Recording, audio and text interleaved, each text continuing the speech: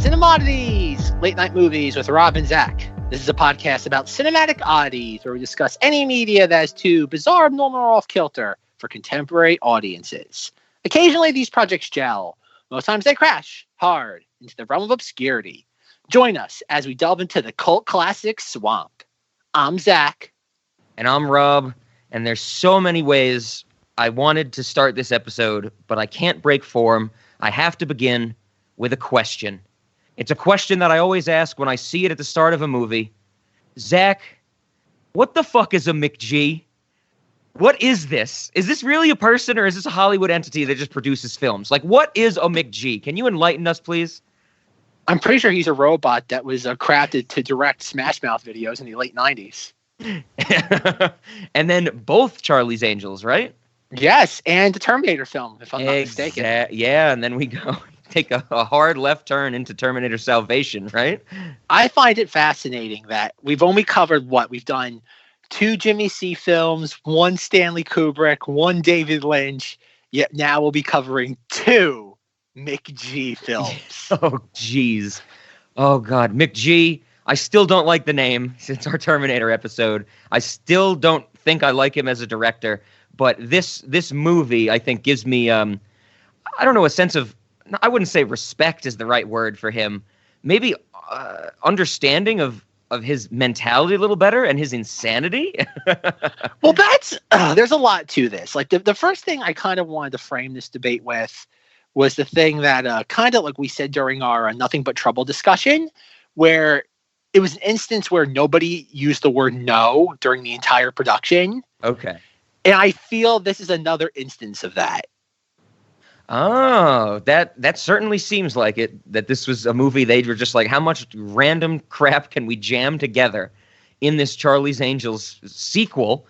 And no, somebody should have said no. Somebody probably should have said no from the get-go, right? I mean, I'm glad they didn't. Of course, we'll get into this movie and now how it's pure, beautiful insanity. But yeah, I agree with you. Someone should have said no at some point, especially when they got to the BMX bike race scene. I was saying no. Somebody should have said no to that. No, Rob. Nobody should say no to anything in this movie because okay. For those who don't know, we're talking about Charlie's Angels Full Throttle, which came out in the summer of 2003. It's the sequel to the first Charlie's Angels film, the one that came out in 2000, which was kind of like a surprise hit. And I guess, okay, Rob, did we say that we're in the incomprehensible blockbuster series this month? Yeah, we did not mention that on this episode yet, but yes, this is our second episode of Incomprehensible Blockbuster. I think a good part of our discussion last week with Vanilla Sky was trying to get at the incomprehensible parts of it. This is just right on surface level incomprehensible, I would say. Well, I'm glad you say that because I without getting into my context, which I do want to get into, but I saw this film in theaters in June of 2003. Right on. And I've had this film on DVD ever since it came out in fall of 2003.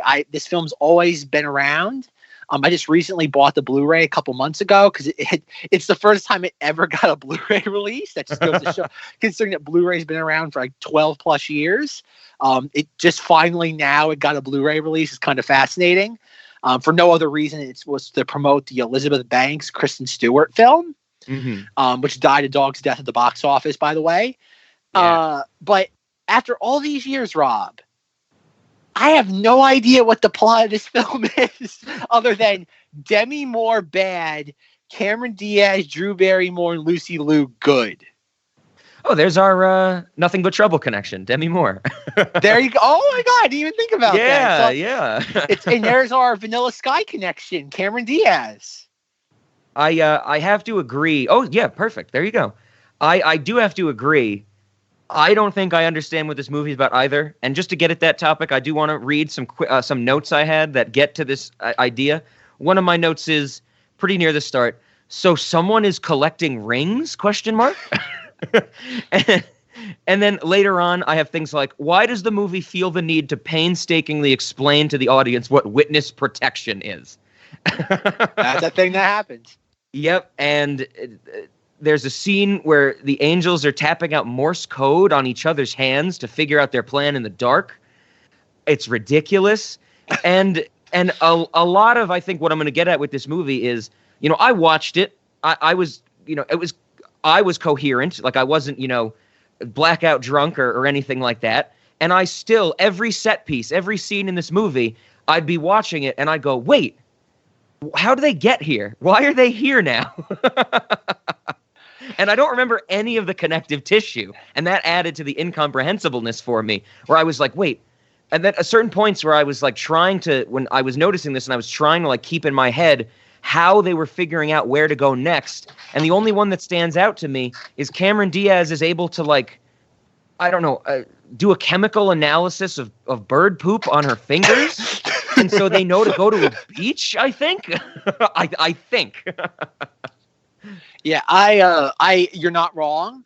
Again, I've loved this movie forever. Even in preparation for this episode, I've watched it like twice just to make sure that I wasn't missing anything. Okay. I don't think I've ever done as much research for a Cinemoddities title as I did for Charlie's Angels Full Throttle.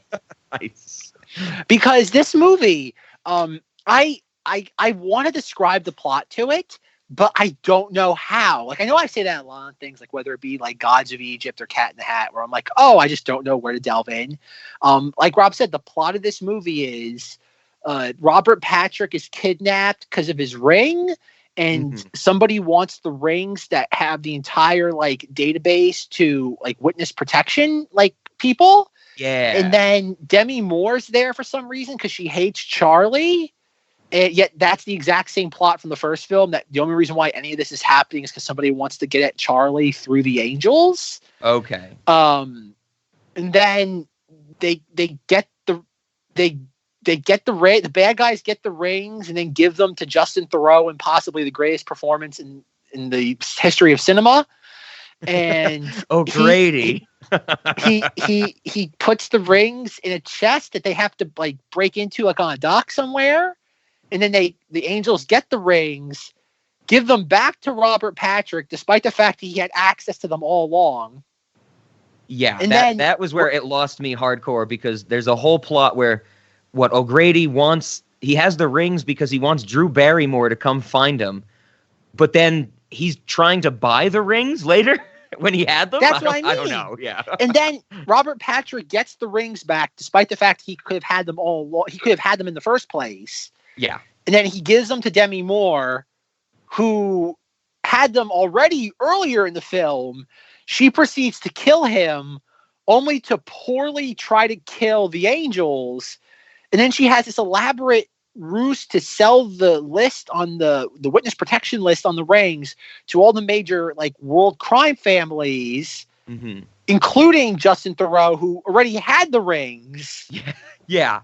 And then there's a premiere with Matt LeBlanc, and Shia LaBeouf is here, and Bernie Mac is playing John Bill Cleese. Murray.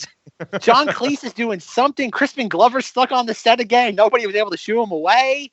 I'm so confused, Rob. I genuinely, we've talked about a lot of things on this podcast.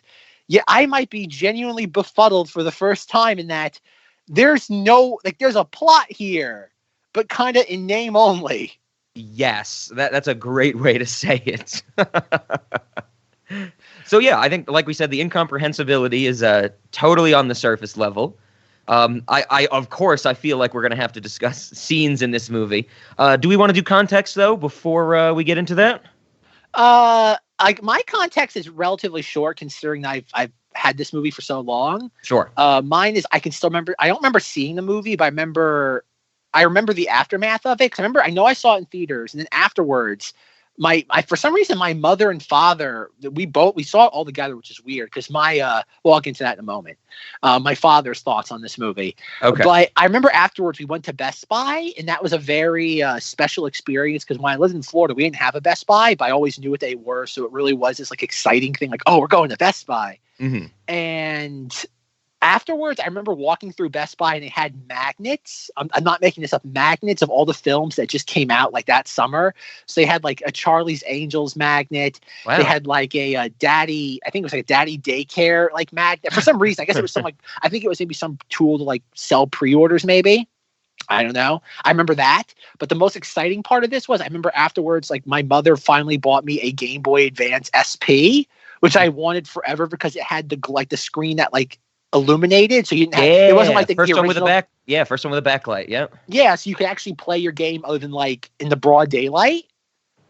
And that's kind of my entire memory of this, like seeing it in a theater. And then when it came out on DVD, I remember buying it. And it was for my grandfather's funeral. So I remember we flew up to New York in November of 2003. And I had because my grandmother had like a TV that was from the prehistoric era, like imagine like Fred Flintstone's TV. And so I had my portable DVD player. I remember I had like Charlie's Angels, Full Throttle, Terminator 3. And I remember everybody like in the house, like huddled around my little like 6-inch wide screen of a portable DVD player trying to watch movies. Okay. And that's my memory. Because I remember at the end, my uncle being like, you could figure out what was going on all along. And in retrospect, that comment just has so many more questions attached to it. But yeah, that's my context of Charlie's Angels Full Throttle. There's really no hugely deep nostalgia for this movie other than just I've always liked it. Sure.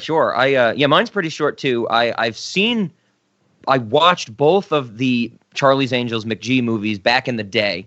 When I never saw them in theaters, but I caught them on HBO because my parents had HBO, and I remember they were like the Saturday night movies.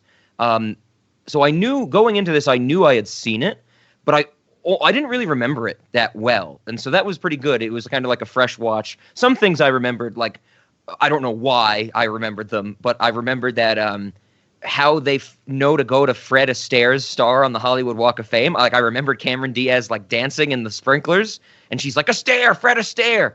And then I remembered that Luke Wilson wanted to get a dog at the end for some reason, not the marriage question. And so that wasn't a big like reveal to me, but I only remembered a little bit. And so it was good to watch it. But I have no desire to seek these out. I don't even think I have these on my hard drive. I don't think I ever like kept copies of these. Even though I think, these are something that I would have found, presumably. But yeah, I do have to say that watching it this time and really basking in the insanity and the ADD-ness of it, it was good fun. I mean, it's kind of like a guilty pleasure, I would say. Like, this is a terrible movie, I feel, but I love it. All right, I'm glad to hear that. Because I was concerned Rob was going to lose his mind over this episode. So that I think I lost my mind, but it broke me in a good way. I feel this is going to be another Cat in the Hat level discussion where it's just every single scene needs to be highlighted because of just the sheer insanity. Like Rob said, this is ADD the movie. There's something going on in every single sequence. Like even the beginning of the film, where we sit there, get like the Robert Patrick Mongolian rescue at the like what I don't know what to call it, the bar. Yeah, and like you have all these things going on. Nothing really makes sense like from the get go. We have Lucy Liu that's hiding in a crate. We have Drew Barrymore's upstairs doing the Marion Ravenwood from Raiders of the Lost Ark, where she's drinking the biggest guy at the bar under the table. And then Cameron Diaz comes in. It's just like the confused like tourist or like the sexy tourist that's going to ride the mechanical bull. And I lost my mind when they reveal the mechanical bull and she gets on it immediately to cause a distraction. I was like, okay, this is also the point, like right before my note is, so we're throwing reality and physics out the window pretty early on in this movie. Well, yeah, like you get that like pretty much from the get-go, because even like once they get found out, like they're trying to save Robert Patrick, they get caught, and they do like the weird like oh god, it's very like what Matrix-esque like kung fu. Yes. Like there's no like physics or gravity in this universe. They just aren't things that exist. And they flip over the tables and like they're like all screaming, ah! And then like out of nowhere, like after they're all done screaming, Drew Barrymore barks. Yes. And not just like a bark like woof. I mean like they insert a dog barking sound in.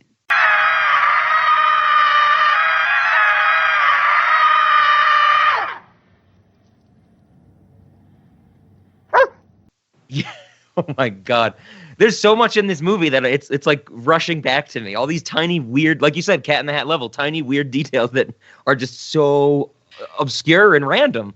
Like it should be pointed out that 2003 was an insane year for blockbusters. Like between Terminator 3, this, Cat in the Hat, like this was a year that, like, I know a lot of people look at like, oh, 1999 was a huge year for movies.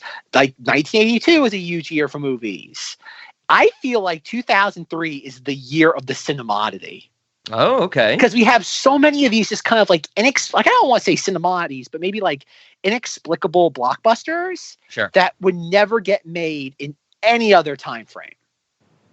Okay. Yeah, of course, as we know from last year's Charlie's Angels, I haven't seen it, but I've heard I would assume it's nothing like this. And something like this probably wouldn't get made unless it was coming off as like, I don't know, a parody film or something, like a comedy film, a straight comedy. Yeah, I don't even think that, because even like the very end of this movie, where we have all of them like it's playing over the credits. They're at the car wash and they're all like half naked, like sudsed up and like soapy, cleaning a car. Like, based on the comments that like the cast and crew of the 2019 Charlie's Angels has made, I'm pretty convinced if Elizabeth Banks had to watch that one sequence during the credits, she would have a stroke. Like, I'm 100% convinced she would have a stroke, or at the very least an aneurysm, because like, oh, you can't do that anymore. You can't have gorgeous women just like in like gratuitous, what would you call it? Like, I don't want to call it like softcore nudity. I don't mean to say it. That's not fair. Eroticism was kind of how I took a lot in this movie. Of course, the ending with the car wash stands out, but there is like a 5-minute erotic dance scene so they can get a key card from a dude. yes. We have the Pink Panther number in the treasure chest. Yes, that also blew my mind that it was the goddamn Pink Panther theme song. Because why wouldn't it be the Pink Panther theme, Rob? Yeah, like every needle drop should have been "Danger High Voltage" by Electric Six. there are so many needle drops in this movie. Like, it's I'm trying to think which that's like. I'm not sure. Have you ever seen Suicide Squad? Yeah, once. Yeah. All right. What movie do you think has more like inexplicable needle drops? This or Suicide Squad? That's a good question. I don't remember Suicide Squad too much, other than I think we get introduced to Will Smith's character like 6 different times. Yep. They're probably on a similar level, because I remember Suicide Squad was here's a new character, here's a song that goes with it. And this is pretty similar in the sense where every time they go to a new set piece, it starts with like slow shots establishing the Angels with a new song. Yeah, that's oh God.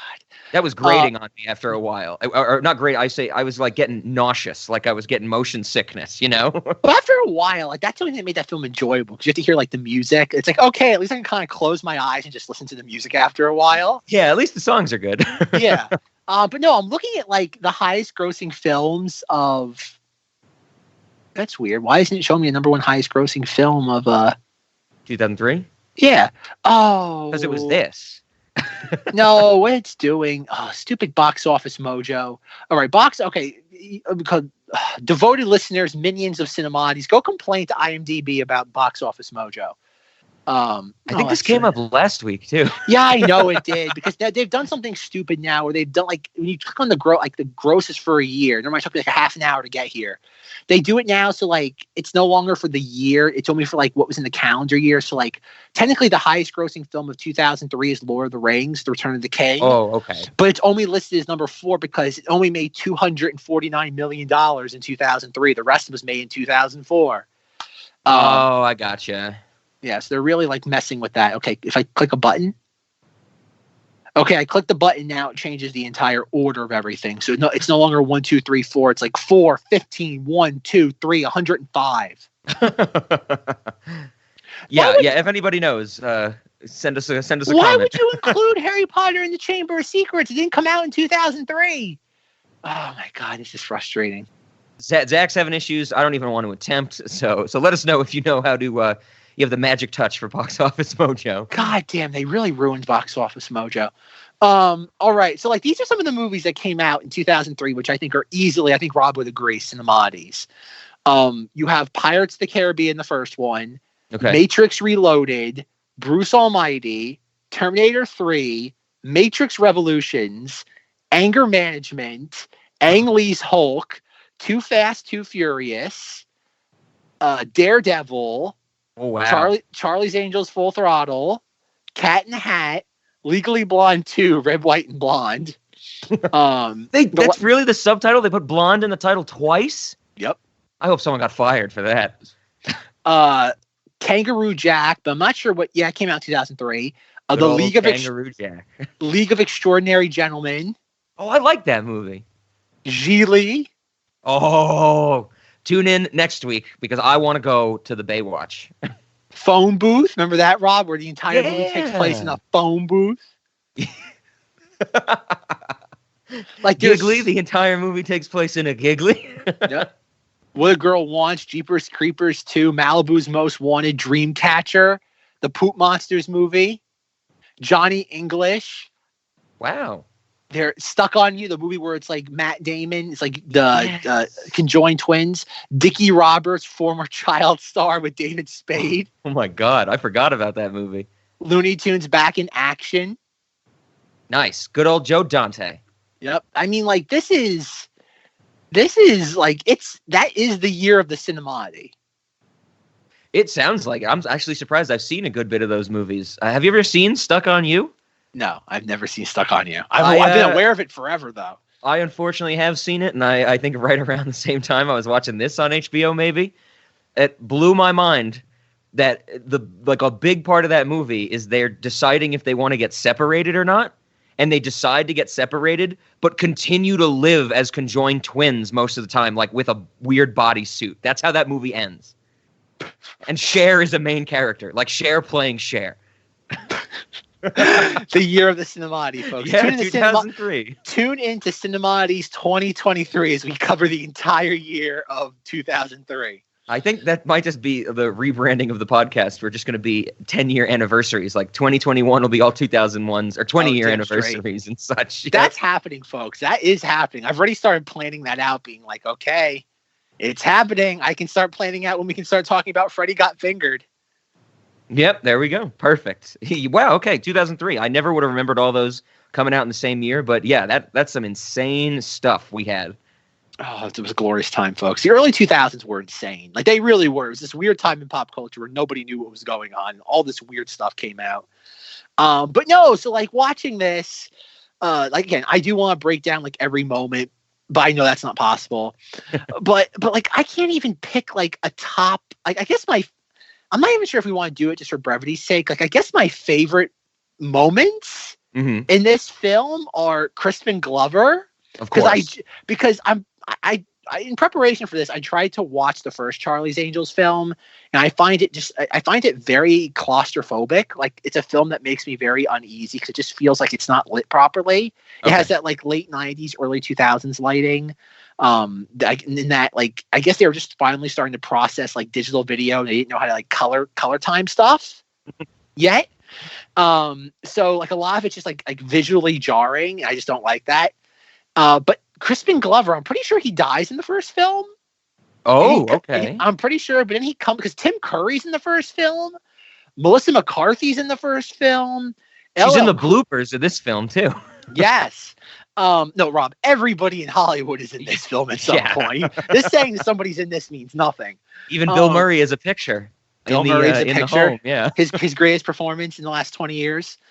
But like Crispin Glover, man, like you watch him in this, and he's spectacular. Like, he is, like, it's kind of a shame that Hollywood never knew what to do with Crispin Glover. Mm-hmm. But it's kind of odd that it would be the Charlie's Angels films of the early 2000s that would utilize him perfectly. Yeah, I'm assuming he had a bigger role in the first movie because he's in only three scenes in this film.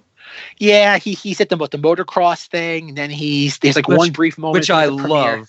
Because before we even know it's Crispin Glover, there's just some random dude shows up at like the BMX race with all the gunfire, proceeds to get knocked off the trail and slams into a wall. His motorcycle explodes. He falls such a distance, hits the ground. I'm like, oh, this dude's dead. It's a henchman. He gets up fine, Crispin Glover, and walks away. Oh, Rob, you did not do it justice. Before he crashes, yes, it is amazing. But before he crashes, he grabs a strand of Drew Barrymore's hair, yanks it out, and after he like falls off the exploding motorbike, he gets up and is like sniffing the hair, like in like the most Crispin Glover like fashion possible. Yeah. Like he is dialed up to like 11, and he runs away. He gets on another bike, and they're like the Thin Man. And I would love to know, considering that like when they were making this movie, and I watched a lot of the behind the scenes features for this, they make a very big point of like, oh, when we're making this film, we know it's a chick flick, but we need things that will like entice men or make like boyfriends and husbands in the audience to be like, oh, this wasn't that bad. Yeah. At what point, like, what portion of the audience does Crispin Glover satiate? Like at what point, because in my research for this, I listened to a couple of podcasts, and most of them don't have any sort of great insights on this. But one thing was that like both the first film and this were both like Drew Barrymore passion projects. Okay. Like neither of these films would have gotten off the ground if it wasn't for Drew Barrymore really like pushing for them. Like in both films, she's listed as like a producer, not even like an executive producer. She's like a full blown producer for these films. So like kind of everything that happens in these movies is more or less something she either signed off on or she just figured she didn't have a problem with. Gotcha. So like one of the theories on one of the other podcasts I was listening to, they're like, oh, maybe it's the fact that they were both like 80s actors. Like, I don't want to say kid actors, because Crispin Glover wasn't a kid at the same time that Drew Barrymore was, like when things like E.T. were going on. Sure. But it's the idea, like, okay, they both were young actors working in Hollywood, so maybe there's some sort of like shared camaraderie there. Could be. But if you are going to cast Crispin Glover, why is it that in such like a pulpy like movie for like young women do you make him like Crispin Glover in real life? Yeah, because of course I feel like everybody is just going to know him as Marty McFly's dad from Back to the Future, and maybe there's someone who remembers him from the Rat movie, Willard. Willow. He was in the remake of. Is it Willow or Willard? Willard. I think. Excuse me. Yeah, I you're think right. it's Willard. Yeah, and then but that's it. And everybody should know him from Clowny Clown. Deep down, I hated that clown, but not as much as Mr. Farr. I'm gonna go smoke a cigar.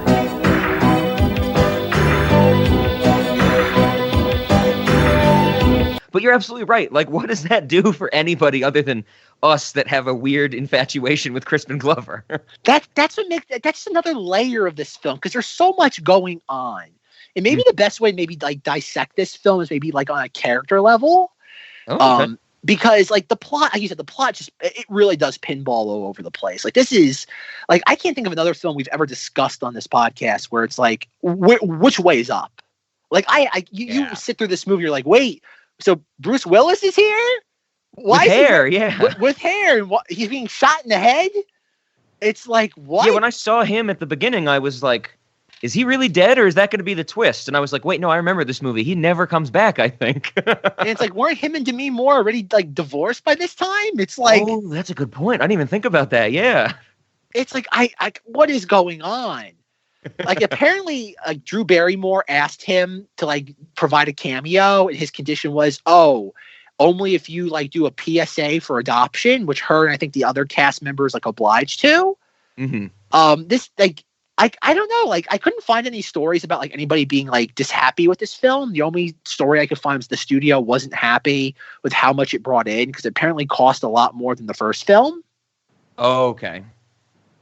And other than that, though, like there's really nothing like negative surrounding this film other than the fact that it's just like insanely bonkers. Yes. Okay. Yeah, that makes sense. You know, I was a little surprised that I haven't heard of this movie. Maybe it's been forgotten for the most part. I know Charlie's Angels is a good property. Like people liked the show and stuff, and I know they tried to reboot it in 2011 with another TV show and the movie and stuff like that. But I was kind of surprised that when I was looking into this, I didn't hear anything like, oh my God, this movie's so sexist, we need to cancel it, or anything like that. Especially because of what we just said with like the erotic dance scenes and the car wash scene and stuff like that. But when I was kind of thinking about it, it's only those two scenes. Everything else, if the angels are acting like sexual in any way, shape, or form, it is to get over on dumb men. So it's not like it's just fully exploitative to them, right? But there's things in this, like even right now I have it on, I'm watching it, but like, nice. after we have them on, like think about it, you have Cameron Diaz with the Mongolian thing, and the fact he's supposed to be the sexy little like clueless American tourist. Yeah. And you have her and like her skirt rides up when she's riding the mechanical bull. And yes, that does service the plot as you're trying to mesmerize dumb men. But then even when we see her, like when her and Luke Wilson are moving into like the house together, and we hear like it's the needle drop of stop, hammer time. And like we see the music video on TV and the camera pulls out and it's a shot of her rear end just jiving, her gyrating her hips. And it's true. her There ass. are a lot of butt shots in this movie. A lot of butt shots. Yes. And that's not even including the beach scene where like at one point the camera's just like enamored with Cameron Diaz and Demi Moore in bikinis. Like the camera's just like, F it all. This is the movie now. We are going to ogle these two actresses for the next like 3 minutes. Yeah. Okay. Yep. Now that I think about it more, yeah, maybe this will be canceled. But that's the thing, though. I don't think anybody cares about this movie. Nobody like you said. I think the best this movie can ever hope for is the title of guilty pleasure. Yeah, absolutely. Anything beyond that, I think, is never going to happen because it's just like it's kind of like what we talked about on Knights of Vader with Terminator: Dark Fate. It's like, as much as the SJW crowd hates things that they don't like, things they want to cancel, they're not going to waste their quote unquote resources, time and energy on something that no one cares about. Yeah. That's a good point. Absolutely. Because it is. This film is such a relic of its time. Even like the Matt LeBlanc stuff where he's just like the generic, he's playing the exact same character from Friends. He's Joey. Except he's now the actor who's made it. Yeah. Oh God, in Maximum Extreme 2. I love how he even like introduces it in this film. It's like Maximum Extreme 2, and he does the little motion with his fingers. Yes. Like, I love that because he like holds out his three on one of his hands, like the three middle fingers, and he like holds them down like an M, and then turns it to make an E as he's saying it. And I'm like, Matt LeBlanc, that's just exactly what I expect from him. Exactly. Like everybody, that's the one thing. It feels like even like in the bloopers at the end, everybody was having the time of their lives making this movie. Yeah, absolutely. It seemed like they were having good fun for sure. And I guess before I do want to go back to Crispin Glover, but is this the first movie we've ever discussed that has bloopers? I couldn't think of anything else we did. Oh. Have we ever seen bloopers at the end of any of our movies? Not off the top of my head, but yeah, I couldn't think. I could be wrong.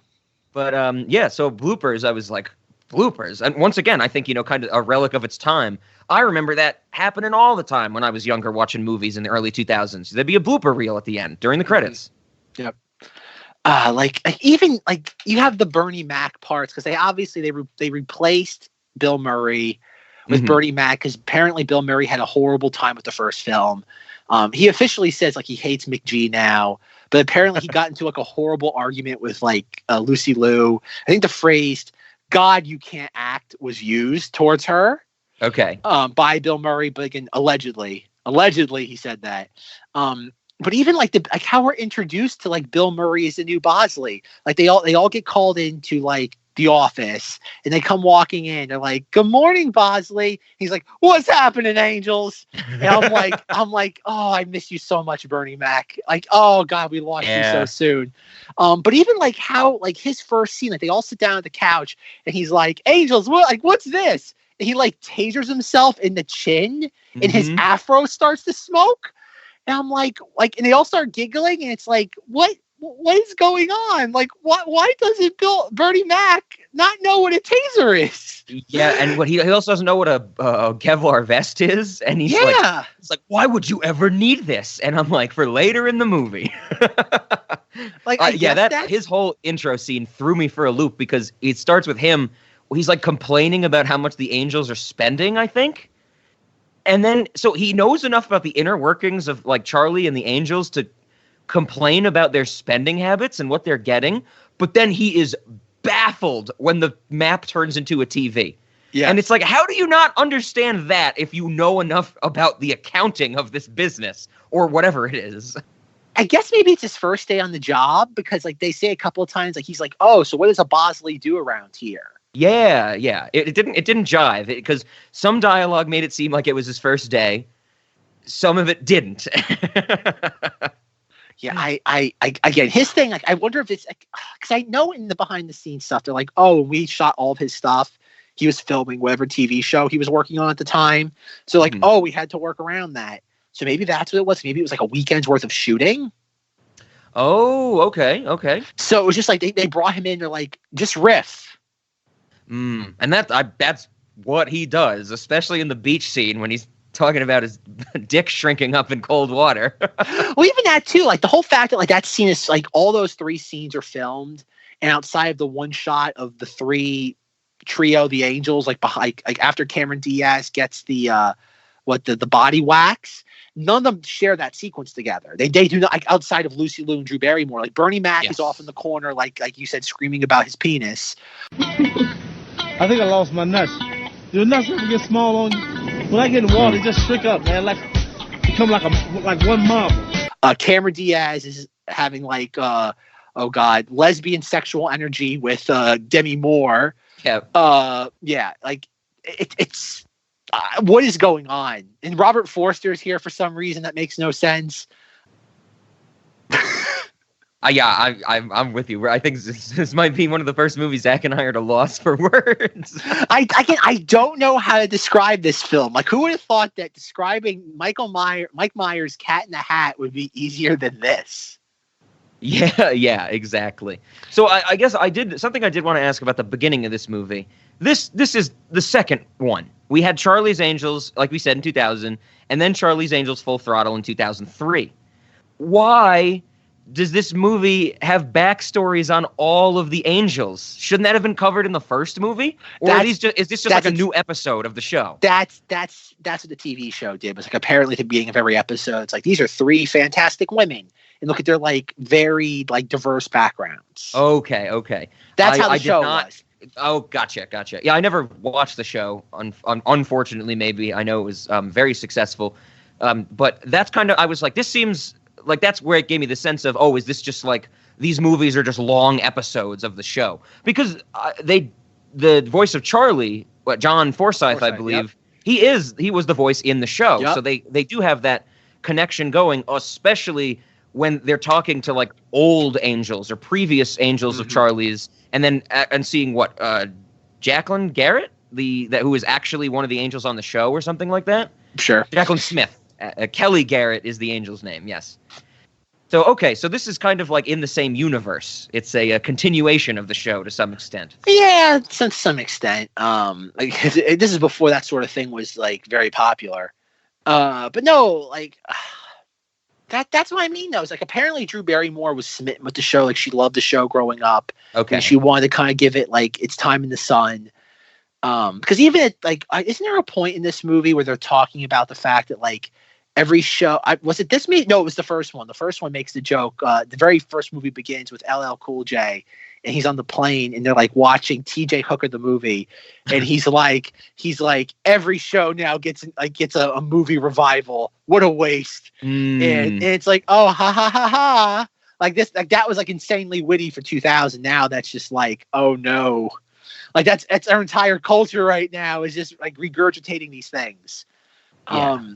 But like even like there's like so many weird like little like vignettes. Like that's another thing too, is like this movie feels like less of a cohesive film and more just like a series of vignettes. Yes. Like you're saying, all those set pieces, yeah. Because we even get the sequence where like they do the CSI ripoff, where they go in and they all have a very specific job where like Drew Barrymore is like sexy lab technician. Lucy Liu is also sexy lab technician, but she's wearing white instead of black. And then we have like super stripped down Cameron Diaz where she's wearing no makeup and she's wearing like a horrible wig and a plaid shirt. Yeah, very butch, yeah. Yeah, it's like, what? And you have like the third Wilson brother that's not Owen or Luke. It's like, what is going on? Yeah, I do have to say that scene gives me my favorite. I found it pretty tough to figure out my favorite line in this movie. But what Lucy Liu is like, you found an illegal chinchilla ranch on the property? It's a chinchilla farm, but you're good. I was dying laughing because that was just insanity. And I really wanted to see a chinchilla farm in Eric Bogosian's house, you know? Freeze, ladies. If you're not a dead body, you need to be on the other side of those ropes. We got a pretty serious situation here. My men have got this whole area secured. I'm going to have to ask you to evacuate your persons immediately. We got a 211, 183. Believe it or not, we got an 11350 to boot, and it ain't pretty. An 11350, you found an illegal chinchilla ranch on the premises? It's a chinchilla farm. But you're good. But even like in other parts of that where like she sees like the footprint and she's like, oh, 1989 Air Jordans that were reissued in the summer of 2002 as part of a limited promotional version. Yeah, and they only sold them in one place or something like that. I'm like, how convenient. Yeah, and she's like, oh, I can see that like between like the certain way he makes like indentations, like he's like he tore his ACL, but it was repaired in the last year. And we get a graphic of the ACL tearing, just spontaneously growing new muscle. Yeah. And it's like that's not how an ACL tear like heals. That's not how any of that works. And I'm like, what is going on? Like, this is Charlie's Angels. I want to see them doing flips. It's like why are we focusing on this? And then like even before this, we have like Bernie Mac, and he's like they're all like hopping out of the van, and he's like, I ain't going near no dead body. Yeah, like, he's the coroner. Yep. Yeah, and then like he's missing for the entire sequence in the house. Then we have like 1 30-second sequence of him outside, like asking like, so what are we doing next? Yeah. Oh God. And they even before they go there, they preface that whole switch to the set piece where they're like, we're gonna need Bosley's help on this one, and then it's like clearly you didn't. Yeah, like it's like what? Like what is going on? It's insane. It's much like last week. Farm. But you're good. Like last week, I can only imagine that this is kind of like, I can imagine like grandma and grandpa go to the theaters and grandma's like, oh, I used to love watching this show with Farrah Fawcett. And they get to this and they see like, they see all this weird stuff where it's like, oh, so why is the Monty Python guy Lucy Liu's father? I guess we'll get to that, but I found that subplot so uninteresting. That running joke where he thinks Lucy Liu's a sex worker. I was so uninterested by that. I do give the movie some props that they like never clear that up. Like it ends with John Cleese still thinking that she took on like 12 Russians or guys or O'Grady's or something like that. We just got done. Another satisfied client. We finished her off sooner than we thought. It was a woman this time. We had a triple teamer, but we finally got her on her back. But I guess, okay, I find it amusing because John Cleese is a lot of fun. Oh, yeah. But you have that, and we're first introduced, because you get introduced to the fact, like, oh, she's like very cutesy with her father, the thing with like the ferret. And then like Lucy Liu is given both Cameron Diaz and Drew Barrymore like these really, really like important jobs, like head of like gynecology and head of like, I forget what the one that she gives Cameron Diaz. And then like for some reason John Cleese is just like hanging around Lucy Liu's house, which we should point out that like Lucy Liu lives like in a mansion. Yeah. There's like a little mini river running throughout the house for some reason. Yeah, very, very fancy. Like I get it. Like again, reality does not play any role in this film. Oh, I'm just thinking about it now that Lucy Liu lives in this huge mansion and has a movie star boyfriend with Matt LeBlanc. But Cameron Diaz and Luke Wilson are moving into like this dinky thing on the beach. But still, is there a pay separation at the Angels? Well, I do think there's a point to the fact that like they're living like on prime like beach. True. Property. So I imagine it's somewhat on par, I would imagine. No, it's a little like you said, like a bungalow almost. Yeah, yeah, fair. But like the whole thing though is like, and then we eventually come back to like Matt LeBlanc just for some reason, like in the house, just like listening to music. And watering plants, yeah. Despite the fact that they're no longer like dating.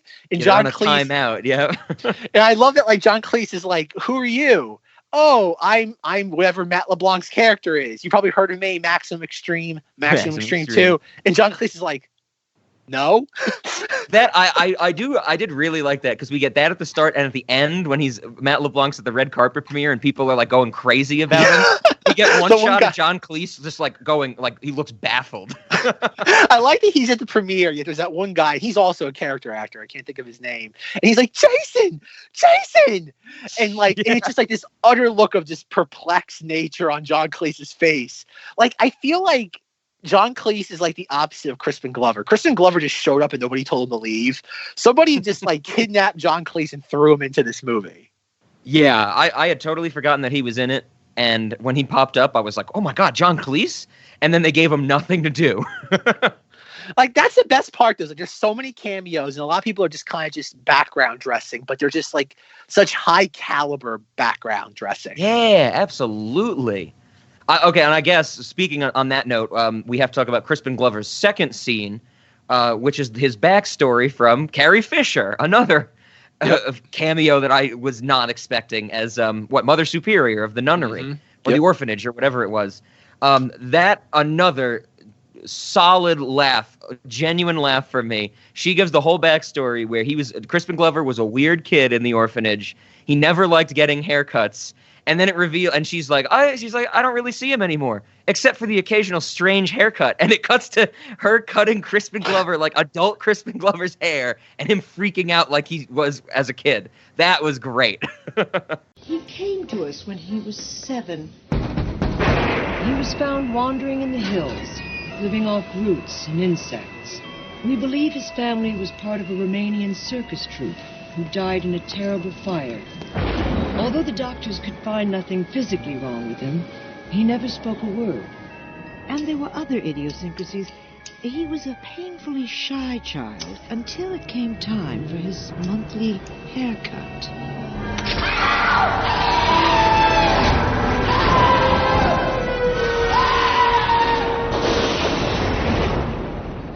Then, one morning, he was simply gone.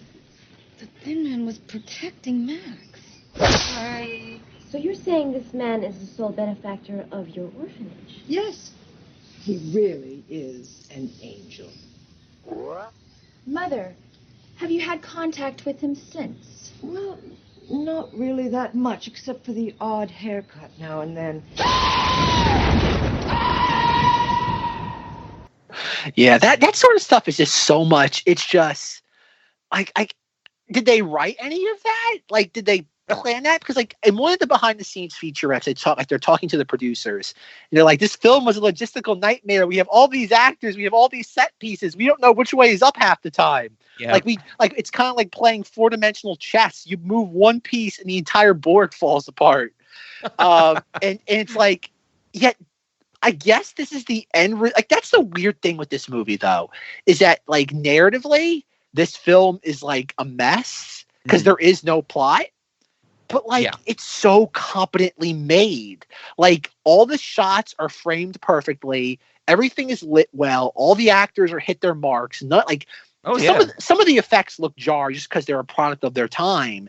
But nothing in this movie, technically, this film is flawless.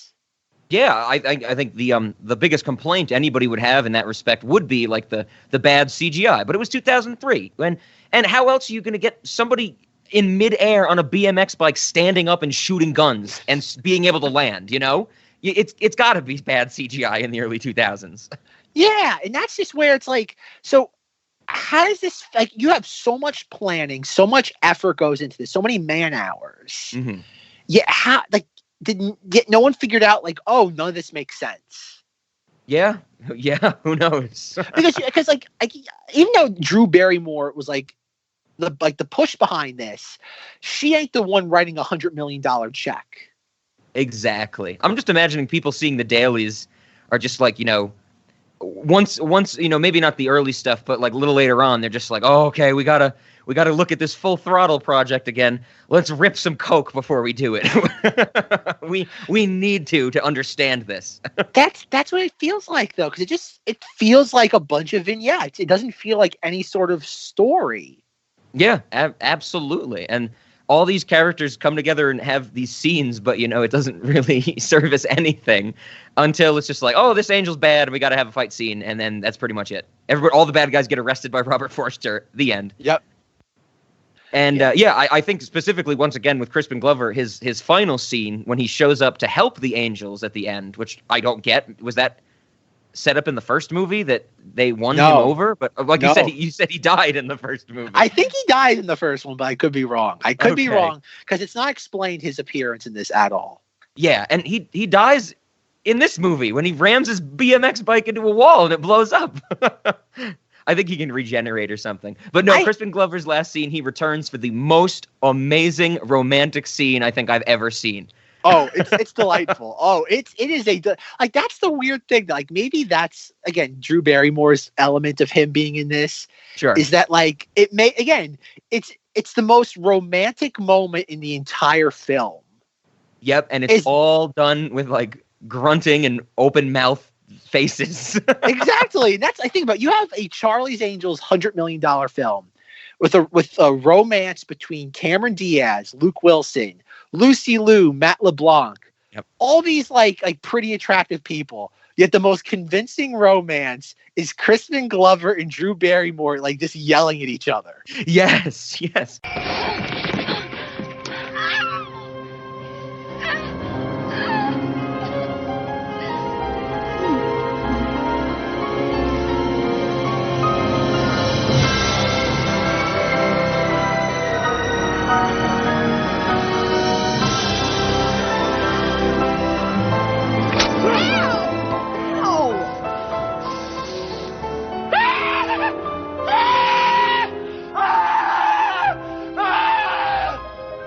Yeah, and they rip out each other's hair. She's smelling the hair like he's smelling her hair. Oh my God. I was like a kid. I was like giggling with glee when I was watching this. It is like, that's like, it's a shame that no one's been able to ever tap into Crispin Glover the way he was tapped into with this. Because even like my, repressed memories of Alice in Wonderland. I know you and I giggled at him being like the head of like Helena Bonham Carter's security. And I think the only part of that movie that's funny is at the end, he's like, kill me. Yeah, I totally forgot he was in it. He's the Jack of Hearts or something like that. Sure, whatever. But I also know he's like I remember like that same spring he was in Hot Tub like Time Machine where he's like the one-armed like a bellboy, and that's like the running joke throughout that film. It's like they're waiting for his arm to get cut off. But even those movies, they play into like, oh, like Crispin Glover, he's crazy. It's nowhere near as like on point in every sense as this is. Exactly. Yeah. Oh man, I forgot he was in Hot Tub Time Machine. I want to rewatch that just to see him in the great Rob Corddry kicking a chair and saying, "Get out of my way, chair." My boy's got some shit kicking to do. But this, ain't over. Get out of my way, stool. There's also a tie into this too, because I think it's like the pardon the pun, the climax of that film is like Rob like Corddry like orgasming. He's like Shia LaBeouf. Yes. I'm back inside of you. I can't believe I'm fucking Adam's sister. I'm doing it. It's gonna take me a while, because I'm gonna drop. Oh, no, it's not. Here I come. Oh, my God. I'm gonna come. Oh, Shia LaBeouf dropping loads. Oh, John Cusack, I'm fucking your sister. Oh, God. Back to the crazy movie, this particular crazy movie at hand. Yeah. But going to like the beach scene, like I feel like this film's almost in a weird way, like the prototype for something like what would become like Fast and Furious. Because even in the beach scene, we get so much tits and ass. Yeah. And like, and I'm not even counting the Demi Moore, Cameron Diaz stuff, but like our establishing shot is a woman with a boombox, and the first shot is of her ass, and we pan out again. Yep. And then we have Makes Bernie me think of the Ted Bundy beach stuff with the it couple. Is. Except, okay, as weird as it makes Rob, it's not a tenth as icky as the Ted Bundy beach stuff. No, yeah. I never felt uncomfortable watching this. Yeah, we talked about the director needed to give stage direction to one of the actresses to fix her bikini bottom on camera. Yep. Oh God, Becky the farmer's daughter. Yes, that's right. Those weird pro wrestlers. Oh, God. Yeah, you should bend over. You're wearing your tight bikini bottoms. Yeah. I'm going to talk about all the underage sex I had on this commentary. Yeah. Ugh. I get the heebie-jeebies just thinking about that. Yes. But no, like even like we have Lucy Liu and Drew Barrymore like in the concession stand or just like the snack hut. And they're like yelling at Bernie Mac. And there's a woman there like with, again, a very tight bikini.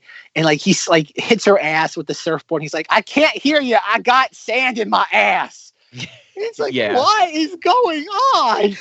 It's like, what? Like, was there a shooting script for Bernie Mac? Did they not make enough copies? Like, could he not share with anybody else? Exactly. Oh, man. But even that though, like then he goes over to the guy and he's like, what kind of like sex wax you got? Grape? Is that grape? Yeah, he licks the dude's surfboard. Oh my God, yeah. And then like after that, like Drew Barrymore and like Lucy Liu are talking about the future. And then like we have another needle drop and we have Little Surfer Girl by the Beach Boys. And we see like Cameron Diaz. We get like a shot of her cleavage wearing, again, a very tight white bikini. And Demi Moore shows up in an equally tight black bikini. Yep. And then we get like, it's the strangest shot for like shooting dialogue where like it is like a master shot just so we can get both their chest and their ass in profile view. Yeah. And I do have to say, considering that like Demi Moore was in her 40s and Cameron Diaz was like in her early 30s, Demi Moore's got Cameron Diaz beat by a lot in that sequence. Oh, yeah. Demi Moore looks great in this film. Yeah. Like, it was kind of like, I remember even like watching this, like both my parents were like, wow. Like, it was kind of like, because again, Demi Moore was kind of like, again, like we discussed during Nothing But Trouble, she was kind of like your early 90s heartthrob. Hmm? So for this being like 10 plus years later, for her to be kind of competing with the new era of like hot young things, it did mean a lot. It was like, okay, it's kind of started the trend of like 40's the new 30. Yeah. Oh, yeah. Good point. Yeah. I guess while we're on the topic, I have to. We've already talked about the eroticism in this film. I have to mention it. I love me some Lucy Liu. I know she can't really act, but goddamn, I love Lucy Liu. And she's great in this movie. I just love watching her. She's up there with Naomi Watts and Shelley Duvall. The only thing was missing was a cigarette in her mouth at any point in this movie. And I think the only thing I have to say about the erotic dance scene to the Pig Panther, I have nothing against that. That was my one note. I have nothing against this. We'll get to that. But then like after, like even like there's so much sensual like tension between Demi Moore and Cameron Diaz. Yeah. But it's so one-sided. Like Cameron Diaz might as well be like, and I get it, she's wearing white, Demi Moore's wearing black. But like she could be as like in pure and clean as the wind-driven snow, Cameron Diaz. And Demi Moore just like goes up to her and is like has this like, oh my Lord, like this infectious, like sensual, like I don't even know what she says, but it's like I'm turned on, but I'm also scared at the same time. Sure. But then like even after that sequence ends, like Cameron Diaz goes running towards the beach, and then we get like a Baywatch slow-mo shot of like Demi Moore bouncing up and down toward her car. Yep. She puts her surfboard in the stand, gets into like her brand new Ferrari. She leaves her surfboard there. We should mention that. Like the surfboard gets left behind. Yep. I guess when you can afford like a $500,000 car, I guess a surfboard doesn't really mean much to you. Demi Moore probably stole it. She probably went to the beach, stole it, and just leaving it there, you know? Like a lost and found. Is it really stealing it, Rob, if you leave it at the end of the day? Yeah, probably not. You're just changing its position. That's the best way to rationalize stealing. I didn't steal it. I just moved it.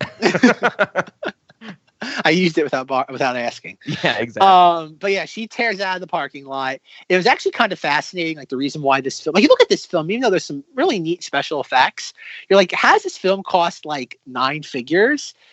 In the behind the scenes stuff, they were talking about like all the cars in this film, and they mentioned for the Ferrari that McG wanted like the newest car they could possibly get, like for the film, for that sequence.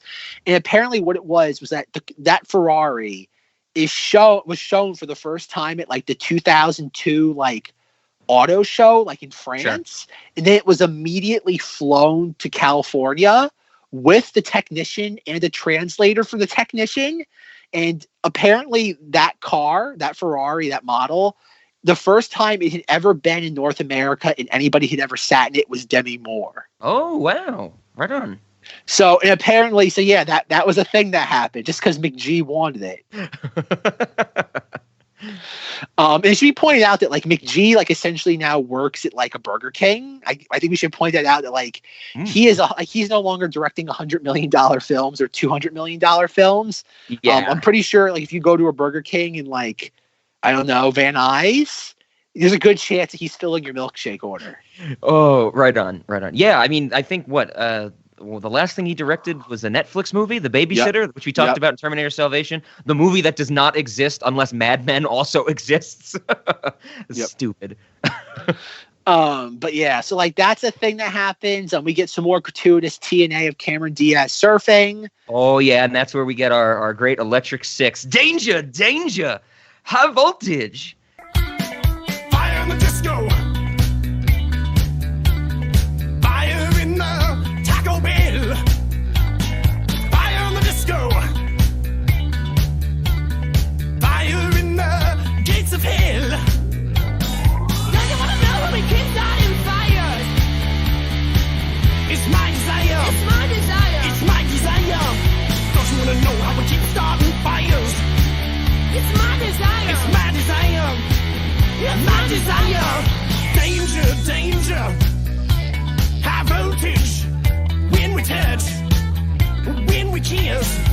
Oh yeah. Because then she starts, they find the hitman who's like the most gorgeous man that's ever existed. Yep. And she goes over and starts hitting on him. I'm absolutely delighted by it. This is where this movie's like, it's not progressive in the way that people want things to be progressive nowadays, but like, I love the idea of you have Cameron Diaz hitting on a man and he does not care. Like, yeah, that was very interesting. Where he's just like staring blankly at her as she's being all flirtatious and stuff. And I'm like, is this guy going to be a robot or something? Like, what are they getting at? Well, like the weird thing today, like if that were to happen today in a movie, it'd be something about him being like gay or be toxic masculinity. Yeah, that's what I always thought. They were going to be like, he's like a robot or something, or they're going to follow him to like a gay bar. No, something like exactly. But I love that it's just like, oh, he's such a gorgeous man.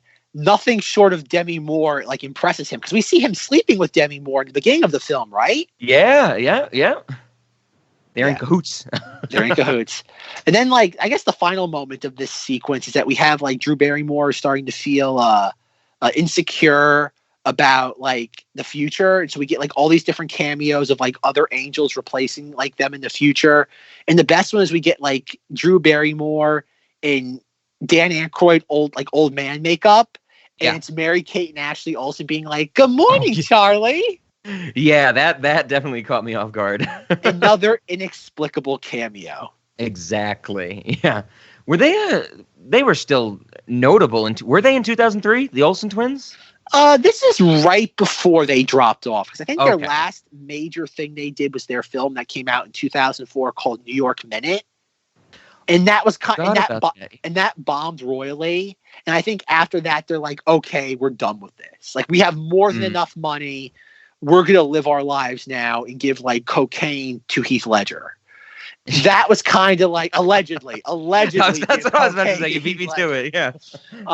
Yeah. That's kind of, that was kind of the end for them. This was like the next couple of years was the end for them. Gotcha. As public figures. Oh, right on. Yeah, you're right. Another inexplicable cameo. Absolutely. Yeah. God, so much gratuitous TNA with Cameron Diaz in the sequence. Yep. I like how the sun is setting during the Demi Moore sequences, and then we transition back to like 12 o'clock noon lighting. Yeah.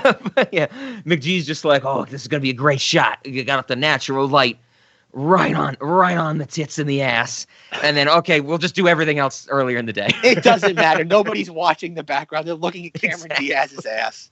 Yeah. Oh man. So I don't know. I like your idea of going through it by characters, and I don't know. I don't have much more to say about Lucy Liu other than I love her, but she's not too great in anything I've ever really seen her in, I think. I'm trying to think. What have I seen Lucy Liu in that would like stand out?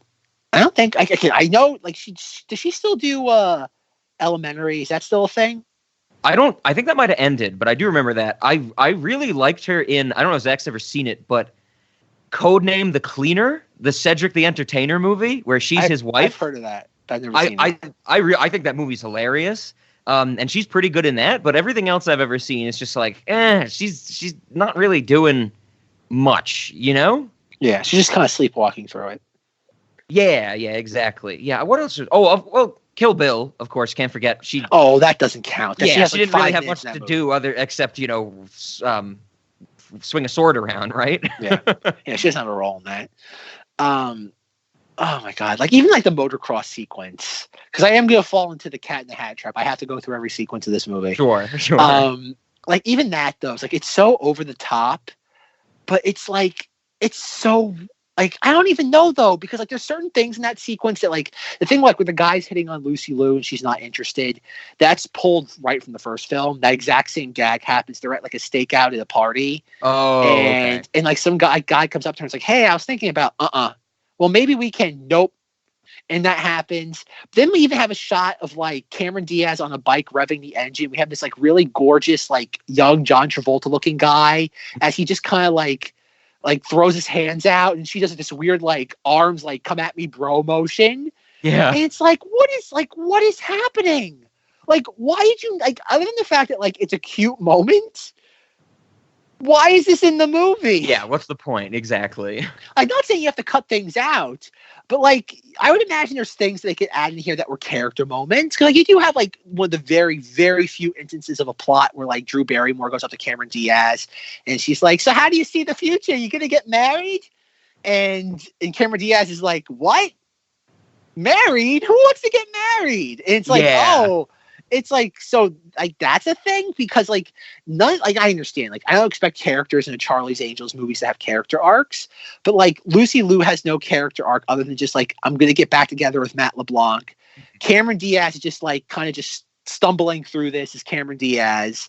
And Drew Barrymore's arc is like it's a genuine arc, which kind of makes sense considering that like she's the creative driving force behind this. Sure. But like she's not really focused on any meaningful way. Like this feels like Cameron Diaz is the star of this film. Yeah. And Lucy Liu and Drew Barrymore are her sidekicks. And I get it. Cameron Diaz was the draw at the time. She was the marquee name. But again, weird disconnect. Like I think it's great that one character at least has an arc. Sure. But it's kind we take what we can get. Yeah, but like it kind of feels like it comes out of nowhere half the times and then reappears. Yeah, I agree completely. Yeah, and that's kind of, like I said before, I was baffled when the movie took the time to explain the concept of witness protection. I guess maybe in 2003 people didn't know what that is, but it's kind of self-explanatory. But it makes sense because that's what Drew Barrymore's character went through. She was Helen's ass, as they Helen's ass. Very much point out in a painstaking scene with puns. And so it's like, okay, I guess they're setting that up, and yeah, so she has that arc for sure. Yeah, but even the motocross. It's like, yeah, nothing's there. Lucy Liu, the only thing is she kind of tells her father her real job, but at the end he doesn't even know, still doesn't know what the real job is. So it's unfulfilled. Yeah. But that entire thing is just gags. Her entire thing with John Cleese is just gag after gag. And like even during the motocross sequence, like at that point we were over a half an hour into the film and we're introducing Shia LaBeouf for no other reason than like, oh, look, he's the new hot upcoming thing in Hollywood right now. And he just kind of disappears. Like he has this one moment at like the office where like he's explaining like, oh, my parents, like the orphanage. And then like he goes to Bosley's house and it's like, it feels like that's only there because they just wanted to have more stuff with Bernie Mac. Yeah, exactly. They wanted to get some jokes in there and I guess kind of tie it to the Bill Murray thing, because Bill Murray, that family adopted him, and at the end they adopt Shia LaBeouf. And there's even a scene where it's like, Shia LaBeouf, how are you so smart or something? Because he does like a menial task, and they're like, we adopted one like him once, and that's when we see the picture of Bill Murray on the wall. Yep. And I'm just like, what? I do have to say, I lost my mind, and it was the one point I actually was like rewinding the movie and pausing the movie, because Bosley takes Shia LaBeouf to his house, his mother's house, because as Bernie Mac says in another great line, nobody named O'Grady ever set foot in South Central. Yeah, that's great. That's hysterical. I lost it when we get the establishing shot of South Central, of the neighborhood. a car pulls up. Shia LaBeouf gets out of the driver's side of the car. And I go, Oh, really? wait. Yeah, and I go, wait, what? Like, why did Shia LaBeouf drive Bernie Mac to Bernie Mac's house? And in the next shot, you can see that Bernie Mac is driving a car where the steering wheel is on the right side. Yeah. I think it's like an Aston Martin. That was one of my questions. I lost my mind because I was like, why does Shia LaBeouf drive? And then you can see that it's that car. And it makes sense what you're saying, where they're trying to get the fanciest cars and stuff like that. But I was like, why does Bosley have a car like that? Why? Yeah, it's funny. I never picked up on that prior to my last viewing, and it's like I guess he has. I think it's an Aston Martin. Like I'm pretty sure that's what it is. I could be wrong. It's very fancy, of course. Yeah. Yeah, it's clearly a foreign luxury car. But like, yeah, it's bonkers. Like everything about this is just insane. Like even like again going back to the motocross sequence, it's that like Cameron Diaz buys into the race, and Pink tells her because why isn't it pink? Oh yeah, that's right. Another cameo. Yeah. And she's like, oh, the only rules, there are no rules. And Lucy Liu and Drew Barrymore sitting on the sidelines, like, while this, like, death race is happening. They're like, what a cheap shot. We got to get in there. They're going to kill him. Yeah. And it's like, A, clearly money is no problem in this universe for anybody. And then 2, it's like, why weren't you in the race to begin with? You're Charlie's Angels. Yeah, exactly. And it's no rule. It's a no rules race. So it's like, what? It's like, huh? It's like, what's going on? What's really no rules? No rules of motocross. No rules of safety. No rules of reality. No rules of physics. There's no rules of anything. Yeah. But then after that, we learned that Helen Zass was Drew Barrymore's character's name. Like Rob said, we get some horribly delightful Helen Zass puns. Like, you must have been the butt of every joke. Yep. We're being asinine. And then like Bernie Mac has like one of the weirdest, like, what's the word? Like things like speeches to make her feel better. I want to recite the whole thing. And like, he says something like, he's like, you know what? Personally, I'm not interested in Helen Zass. I'm more concerned about yours. No matter what, you're still going to be our Dylan. You know what? Personally, I'm not interested in Helen's ass. I'm more concerned about yours. No matter what, you're still going to be our Dylan. Thank you, Boz. You're welcome. And she's like, thank you, Boz. And it's like, where the hell did this come from? And they're all like cooing. They're like, oh, it's such a tender moment. And I'm like, what? This feels like one of those things where like you told the robot to watch a bunch of like Charlie's Angels like TV show episodes combined with like early 2000s advertisements, like the things we talked about like in our sketch comedy like 4-month break. Yeah, and somehow an episode of the Bernie Mac show got in there. Someone forgot to clip one of the things with the commercials, and you got some Bernie Mac. It just feels like an amalgamation of everything is why the early 2000s was both great and horrible at the same time. Yeah, absolutely. And then we get maybe like, considering that I am the music expert on this podcast between the two of us, my taste in music is unrivaled. I love how they ask Drew Barrymore like, oh, why were you in the witness protection program? And they're like, oh, let me guess, you fell for the bad guy. And she's like, oh, I fell for the worst guy. Yep. And she's like, oh, but he was so cute and I liked him so much. We had so much fun together, just driving around listening to metal. And we get Bon Jovi's Living on a Prayer. Yeah. Oh, yeah. As metal. And right before O'Grady just shoots someone, right? Like that was his pump up music. Well, get to that. That's my pump up music for murder. This whole sequence is just like, how much coke was everybody doing that day? Because we get this flashback sequence. We like rocking out to metal. We get her, like Drew Barrymore, like trying to be like a teenager. Justin Theroux with a mullet and braces. And they're singing out to Bon Jovi's Living on a Prayer.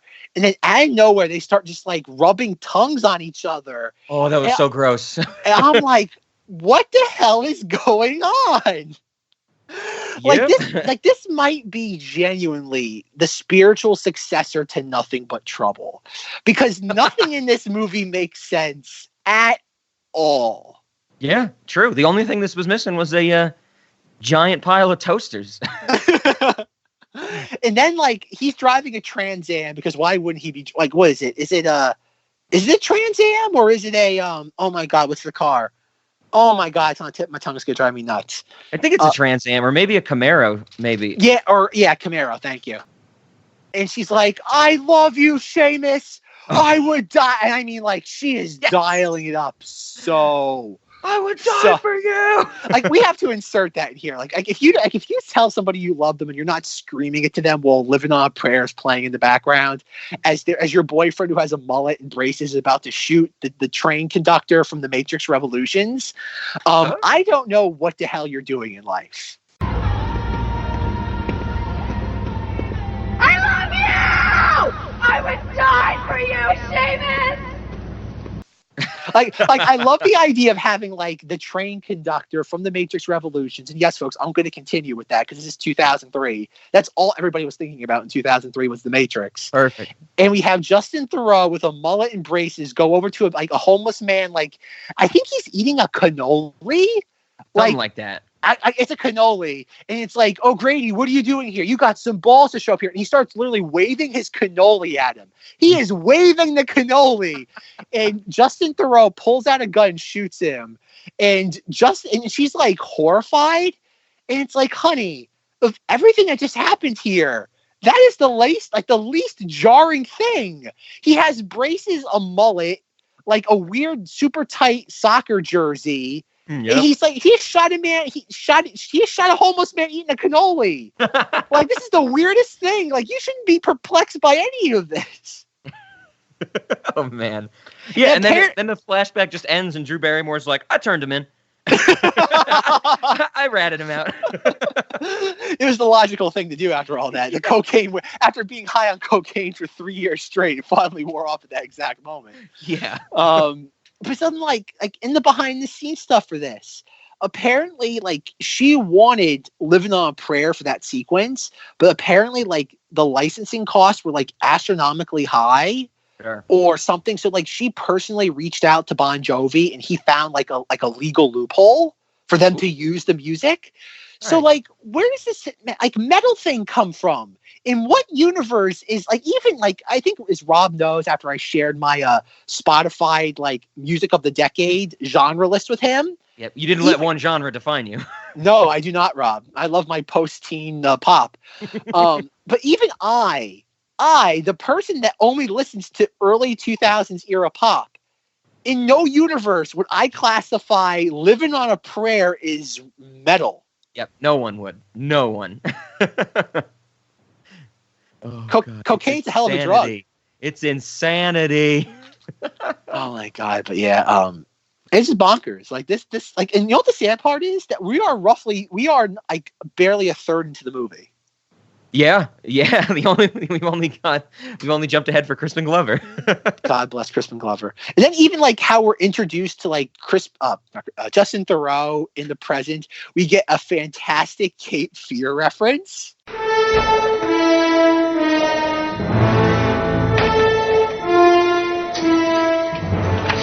Yes. Where we get the picture of Drew Barrymore from the first film of her like smoking in the bathroom as a teenager. Mm-hmm. And we have the fantastic Cape Fear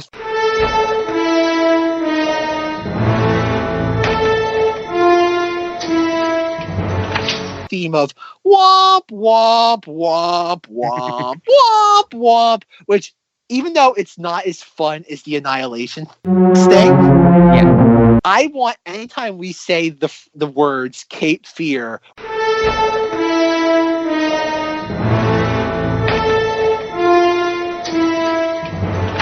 we have to play the entire sting. Yeah, it's a good sting. I think people recognize it for sure, which is probably why it was in this movie. But it happens so many times in this. Like yeah. Every single time Justin Theroux does anything in this movie, we hear womp womp womp womp. Yeah, when he's walking through the flames, when he shows up at like in the cargo container. Yeah. Like even like him walking out, like I think as like bizarre as everybody else is in this movie, he's the only person taking it seriously. Yeah, true. And that's the weird thing. Is, like, I know, like, when Justin Theroux, like, really was, I don't want to say he was a nobody, but he was, like, a nobody to, like, mass audiences. And it wasn't until, like, he started dating Jennifer Aniston that people were like, oh, who's this guy? That I've always known him, even prior to Mulholland Drive. I'm like, oh, it's the Charlie's Angels guy. It's womp womp womp womp womp. Like, even to this day, you say his name, and that's the first thing that comes to my mind. Oh, that's great. This is the guy. Exactly. This is the womp womp womp womp. Oh man. Because even like we see him in, like, I don't even know what it is. Like, I've never seen a prison guard outside the prison before. There's somebody outside to, like, hold the door open for Justin Theroux. And it's like, what about your belongings? Like McGrady. And he holds up the picture. Yeah. And it's like, then, like, out of nowhere, Demi Moore is outside the prison. And she's like, oh, and he's like, oh, this is what she looks like now. And if I have these rings, she'll come to me. Yep. Yeah. Like we were saying before, he has the rings for some reason. He hasn't bought them yet, but he has them to lure Drew Barrymore out. And then gives them back to Drew Barrymore, and then to Robert Patrick, and then Demi Moore, and then he tries to buy them. And it's like, he's like, oh, so she'll come to me if I have these. But if the whole purpose was to have Justin Theroux kill Drew Barrymore or kill the Angels, why wouldn't Demi Moore just tell him in the Irish Mafia where they're located? Yeah. Why did they need the Angels to come to him? You know, sure, they could get an ambush, but even if, like you said, that he had that knowledge, they could set up an ambush, no problem. Exactly. Like, what's Demi Moore? I forget the plot of this movie. What is Demi Moore's plan? Is it money? To kill? Well, I don't know. Like, is it to kill Charlie? Is it to kill the Angels? Yeah, she is does it to have make that scene money with Charlie, where she's very upset with him, and I guess I don't know what. The DeSoto case, Rob. We know. Oh, that's the DeSoto. Yeah, the DeSoto case, whatever that is. And then, but then it's like Charlie disappears from the movie, and then she's like, "I want to make money off of witness protection lists." Like, she doesn't even seem to care about anybody in witness protection. She just knows that she can make money. So it's kind of both. Because and later in the film, we see Cameron Diaz, Lucy Liu, and Drew Barrymore, like, don disguises, very Mission Impossible-esque. Yeah. And yet, earlier in the film, we see those original three people. Like, we see them, like, with Demi Moore. So it's like, oh, so they're real people. Like, wait, so what? That definitely. I thought that same thing. I was like, we know these people. Oh, it's the Angels. Oh, wait, so did they kill those people? Or are those people just not working today? That's what I mean. So then, like, at one point I figured, oh, like, even like we see like this elaborate plan that Demi like Moore's watching from her like penthouse apartment while she wears like lingerie and like a fur robe, and she has like a long fingernail for some reason, like a fake long fingernail, and she's watching all this happen, and I'm like, oh, maybe she's setting up the criminals to show that she's better than the original, like, than the Angels. Like, oh, she can like outdo them at their own job. Like, she's just not like, she's gonna deliberately set the bad guys up, all these like gangsters. Sure. And then it's like, no, we see a shot of like the rings being decoded, and we see like all these like mini little like they're kind of like CPU chip, like not even chips, they're like circular like discs. Yeah. And it's like, oh, so she was going to sell them out? Yet she was watching all this happen, yet didn't realize that the Angels were setting her up on the faux rooftop. Yet, yeah, that's a good point. Yet she has the telescope that's watching all this, yet she knew she was being set up. This movie falls apart under the lightest scrutiny. Like, what was Demi Moore's plan? Like, what's her end game here? Like, she's just evil, I guess. She's just evil character. That's what McG was like. You got stuff going on. You're just evil. But like, she's evil, but like, we're never told she's evil. Like, outside of killing Robert Patrick, who's a bad guy for selling out the government. Like. That's it. Absolutely. Like, why is she a bad guy? Because like we were told about the DeSoto case where Charlie's like, you almost died that day because of how reckless you were. Mm-hmm. But she's like, I got the mission accomplished. And he's like, but at what cost? So like, that doesn't make her a bad guy. Like, true. Like, it makes her reckless, but it doesn't make her evil. But then she becomes evil because she's like has a bunch of explosives set up on top of like a rooftop across from the the Matt LeBlanc premiere. But then she has like a detonator that's a detonator, but it's also a bomb in itself. And Bernie Mac has to take like a Q pole and knock the bomb into the air because Demi Moore has like a flying squirrel outfit and she lands into a Shelby Cobra car. Yeah, she glides. Oh my God. That's the pull quote from Cinemoddities for the Charlie's Angels box. She glides. She glides, comma, oh my God. Oh my God, indeed. Gee.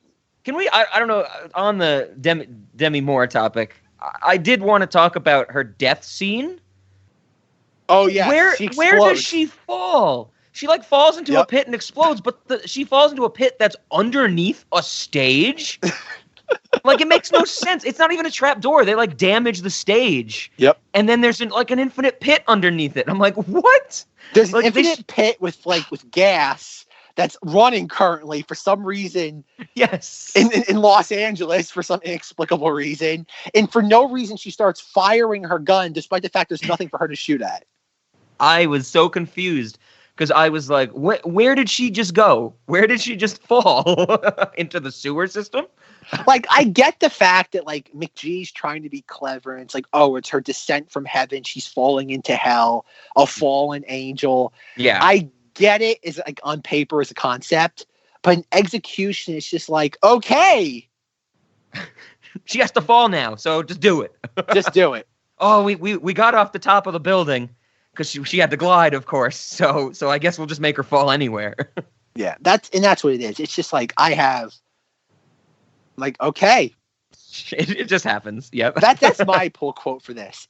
Rob's is she glides, and mine is okay. But yeah, I love asking someone, be like, "Are you saying that the movie's just okay?" Be like, "No, the movie is a guilty pleasure." But that's what you're going to be saying to yourself as you're watching it. Oh, okay. You're going to question your sanity numerous times, and the only answer you can think of is okay. Yeah. Oh, I guess I just saw my note. I wanted to repress this. Like guilty pleasure, as I said. I genuinely had a good time watching this movie.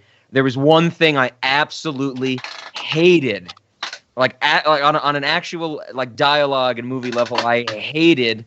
Well, one, Crispin Glover gets killed. That's no good. But from what we've learned, he's going to come back, so he can die as many times as he wants. But when O'Grady kills him and knocks him off the building... Oh, can I cut in? Mind if I cut in? And I was like, fuck you, movie. Fuck you. That's not okay. Mind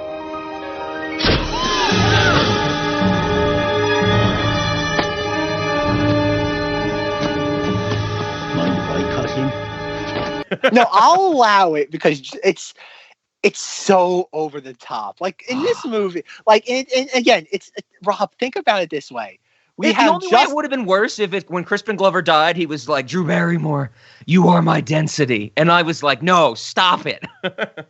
But okay, Rob, look at it this way though. You're watching Charlie's Angels Full Throttle after the last like hour and a half of nonsense.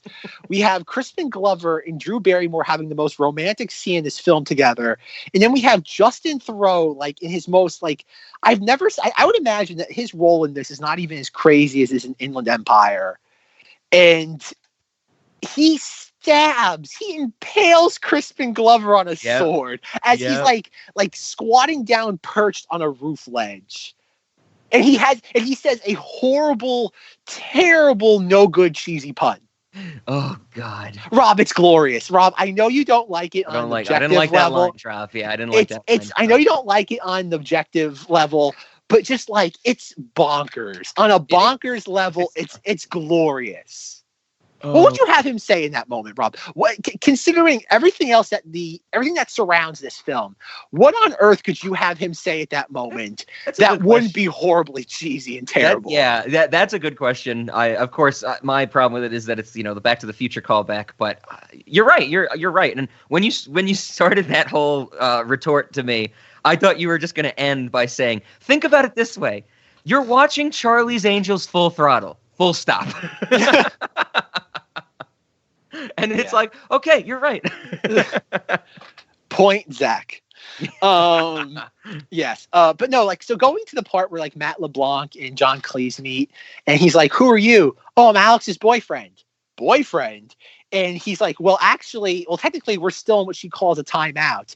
And John Cleese just looks befuddled. And he's like, well, what does that mean? And Matt LeBlanc's like, exactly. Yeah. Thank you.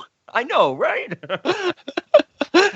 Oh my God. Like, but I love how he even though it has that like early 2000s, like cheesy humor, and it's like all this stuff that like, oh, you must be like the most forgiving father ever. And John Cleese is like, oh, well, like, he's very like pompous. He's like, well, I guess I am. He's like, but what do you mean?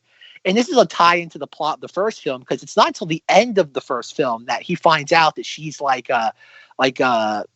super assassin private eye. Oh, okay. Because that's the big joke in the first movie, is that he thinks she's like a bikini waxer. So like he's always condescending to her and always like belittling her. And it's not till the very end where they try killing her. Like she's in his trailer trying to cook dinner, and they completely destroy it. And she comes out and she's like, "Oh my God, Jason, you're okay." And he's like, his entire trailer is like riddled with bullets. And he's like, "So what happened?" Like in that perfect Matt LeBlanc, just like swagger. He's like, "So what happened to my trailer?" He's like, as it's like perforated like Swiss cheese. But no, it's like the whole bikini waxer thing is a tie into the first film. Strangely enough, this film does have some level of continuity. But I do love, even it's kind of kitschy. I love that he's like telling him all these like horrible double entendres. And then even when Lucy Liu shows up, like it does have that like juxtaposition of like, oh, you figure that like, oh, when Lucy Liu comes, like it's gonna be that like, oh, she's gonna like be completely devastated. And it's like, nope, she plays right into it inadvertently. Like I'm covered in whatever the 12 guys like put, like I'm covered in whatever these 12 guys like put on me. Yeah. Yeah, it says something like, I'm covered in, I have take a shower, I'm covered in, oh, God only knows what, or something like that. And like I said, I found that very uninteresting. Like I said, though, I do give the movie props for never like clearing it up. I like that John Cleese is still confused at the end, but I gotta it's John Cleese. He's playing the facial expressions perfectly. That's it. They didn't give him much to do, but what he does have to do is great. Yeah, it's fabulous. Because like again, even though you don't like it, it's like that's the weird thing though, is that like it fits with the time period. In 2003, the studio's executives been like, we love it. The rest of this movie makes no sense, but this is great. It's gold. Yeah, absolutely. That's the sort of stuff that, like, I love, like, when stuff is, like, so cemented in the era it was made. Fair. Yeah, that's always, it's good fun and good for Cinemoddities. I want to see the cinema score for this. Ooh, geez. What was 100%. Or what, cinema score, is that percent or is that letters. the letters? Okay. B+. plus. Wow, that's surprising. B+ on this. All right, all I did was type the word full in, and these are the responses I got. Charlie's Angels Full Throttle, B+, which is fine. It's not great, but it's fine. Yeah. Full Metal Jacket, B+. Oh. Remember, folks, audiences think Full Metal Jacket and Charlie's Angels Full Throttle are on par with each other. On par, yep. Good double feature. And best, but not least, Herbie Fully Loaded. Oh, wow. With an A cinema score. That was Lindsay Lohan, right? Yep. And Michael Keaton. Oh, man, I forgot about that. Charlie's Angels, the first one, got an A-. Interesting. How about that? Go. Yeah, never would have guessed that. The Herbie or the Charlie's Angels. Then, like, we have the treasure chest sequence where we get another needle drop, which is a reference to Flashdance, where we have them all welding on the side of a ship, and we have the what a feeling. And it's like that's the sort of stuff, oddly enough, feels like more indicative of what would happen now. Yeah, definitely. Because it's so blatant. Like, okay, we have the song, we have the specific thing of like them being welders, gorgeous women welding. You wouldn't expect that. Isn't that progressive of us? Mm-hmm. And it's like, oh God, and it's a reference. It's a nostalgia. And it's like, oh no. Oh no. Yeah, I hear you on that one. But yeah, no, I even like how that like shot ends, where it's like you gotta get down, make a little love, get down tonight. And they all like hop into the water. And I have a very, very vague memory. Because like I said, I watched this movie with my parents, and I'm pretty sure my mother got uncomfortable during the treasure chest sequence with me being in the theater. Because like that is I get it. It's supposed to be like a burlesque dance. Yeah. But it's probably the movie at its most raunchiest. Definitely. I got nothing wrong with it. Nothing against it. I might watch it again. Just I watch it on repeat. Yeah. You can probably find that on YouTube, right? I would imagine it's the most viewed clip of this movie from YouTube. And this was in the backup dancers are the Pussycat Dolls. Yeah, I of course I don't know. If anybody thinks I would recognize them, I did not, and I read that later on. I was like, oh, okay. Of course, there's another cameo in here. Were the Pussycat Dolls even really a thing in 2003? Jeez, what was that? I think 2005 was when they really exploded. Like they what did was their song? Don't you wish your girlfriend was hot like me? Yeah, that was 2005. I know you want it. It's easy to see. And in the back of your mind, I know you should be on with me. Don't you wish your girlfriend was hot like me? Don't you wish your girlfriend was a freak like me? Don't you?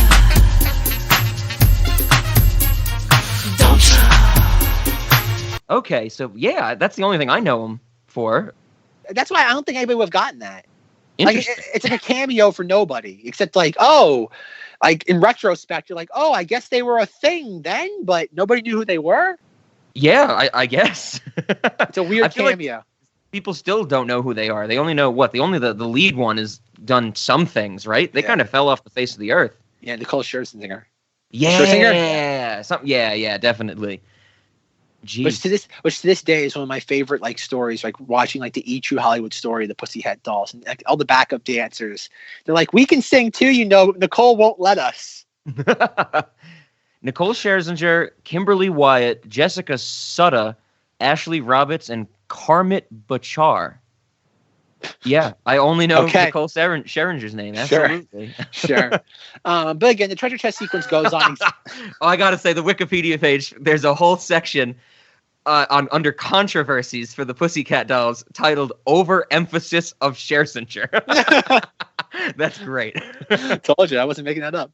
But again, even at one point in the dance number, Lucy Liu oh my god, whips. With the oh my god, what's it called? The whip. She whips the dude's jacket open or something. Oh, so not that part. Not that part. Oh, not that part. Okay. Cameron Diaz part where she whips Cameron Diaz's top off so perfectly her hair falls down to cover her breast. Then she whips off her skirt to she quickly closes her legs. And we immediately cut to Cameron Diaz in an oversized martini glass with water balloons that are supposed to be olives. Yep. Oh, yeah. And we get Cameron Diaz in an oversized martini glass, spraying water balloons onto herself as Drew Barrymore provides a lap dance to the guy and Lucy Liu blindfolds him. Yep. Just from all distraction. Indeed. But even us right now, as we talk about this, and she is thousands of miles away, Elizabeth Banks is doing a Dick Halloran is having a Shining level episode because this exists.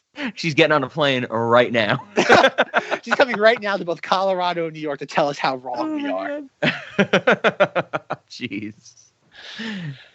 Oh, God. All right. And then we have the greatest sequence in the film that doesn't feature Crispin Glover. We have Bernie Mac at the shipping docks. Oh, that's right. Good old Bernie. Yeah, we got to get back to Bernie Mac. And I love his little name tag that says Patty O'Malley. Oh, I don't think I noticed that. Oh, wait, no, yeah. Oh, the whole thing where he's like, you don't look like any O'Malley I've ever seen. Okay, it's coming back to me. Yeah. I think the Irish dock workers Patty O'Malley and Bernie Mac is top of the morning to you. Yes. And the guy's you just don't look much like any Patty I've ever seen before. And Bernie Mac goes, you ain't ever heard of no black Irish? Yeah. And then he's like, I'm just trying to do my job. Let me drop this shit off.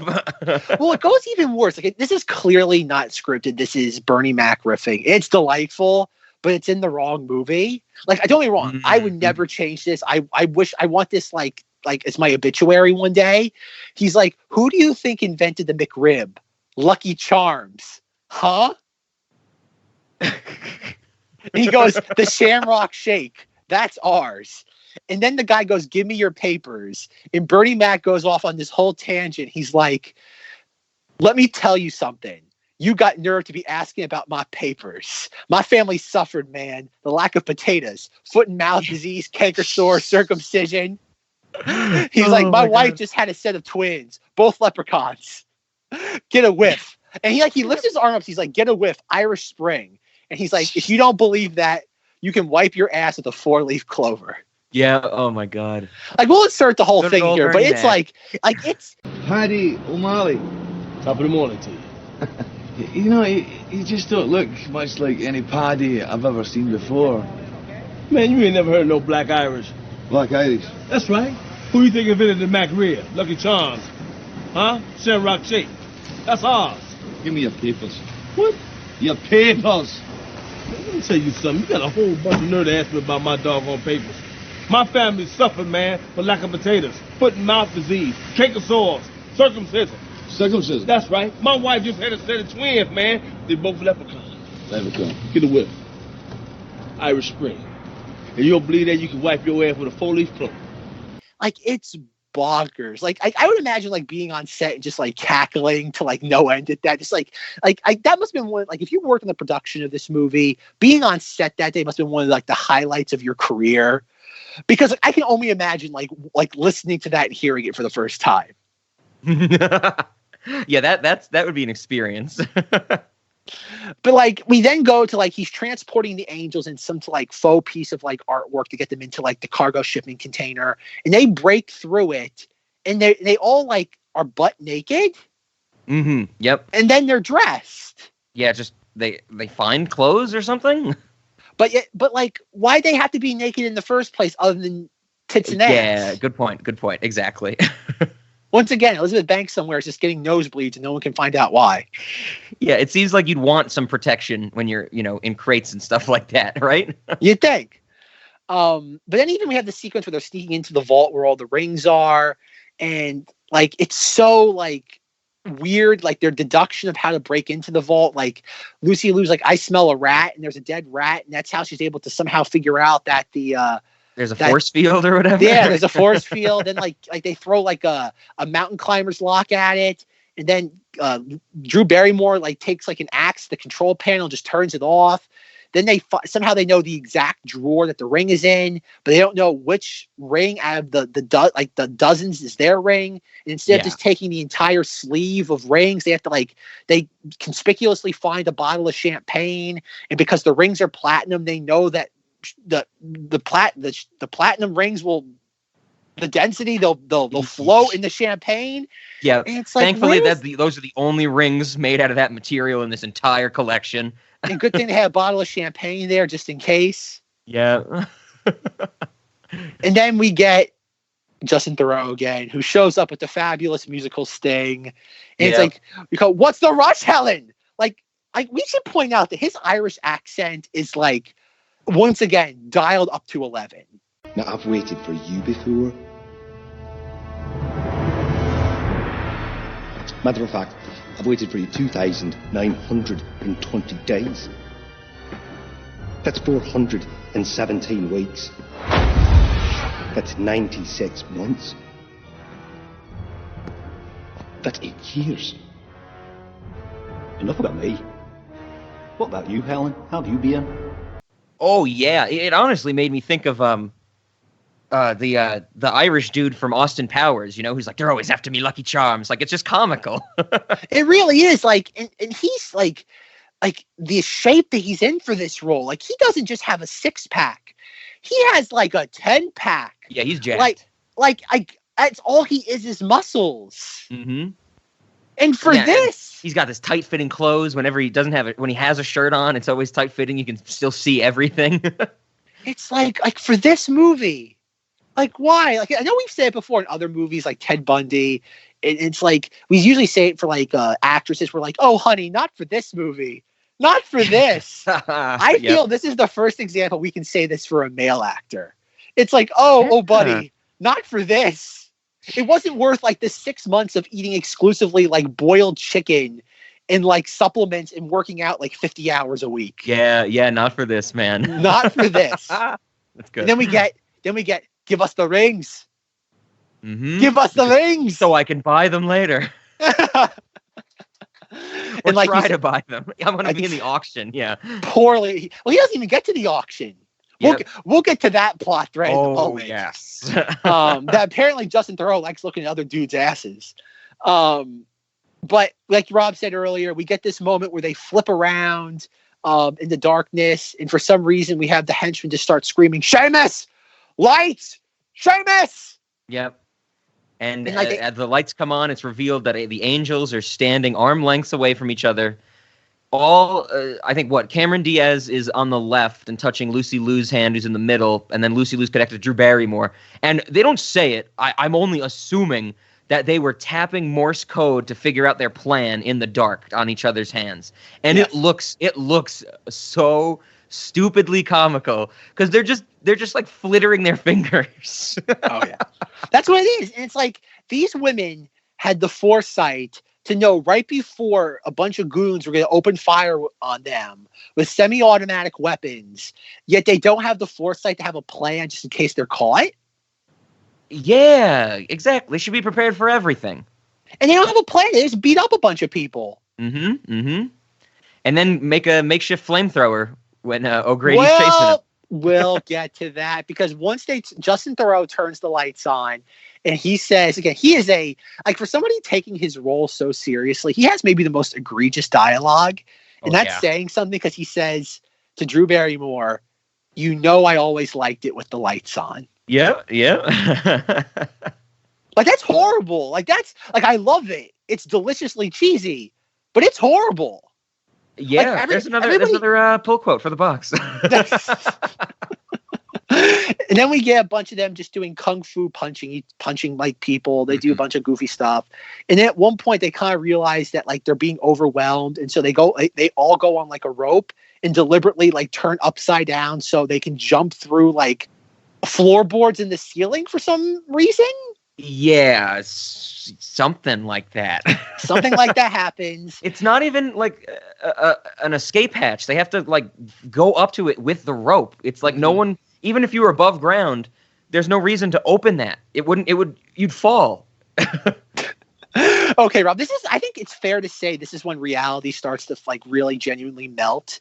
In this film, because again, they jump upside down through the floorboards in the ceiling. As they're somehow just the momentum is carrying them through the air. Mm-hmm. They perfectly land on the floorboards to go sliding down a perfectly taut mooring rope to the cargo ship. Yep.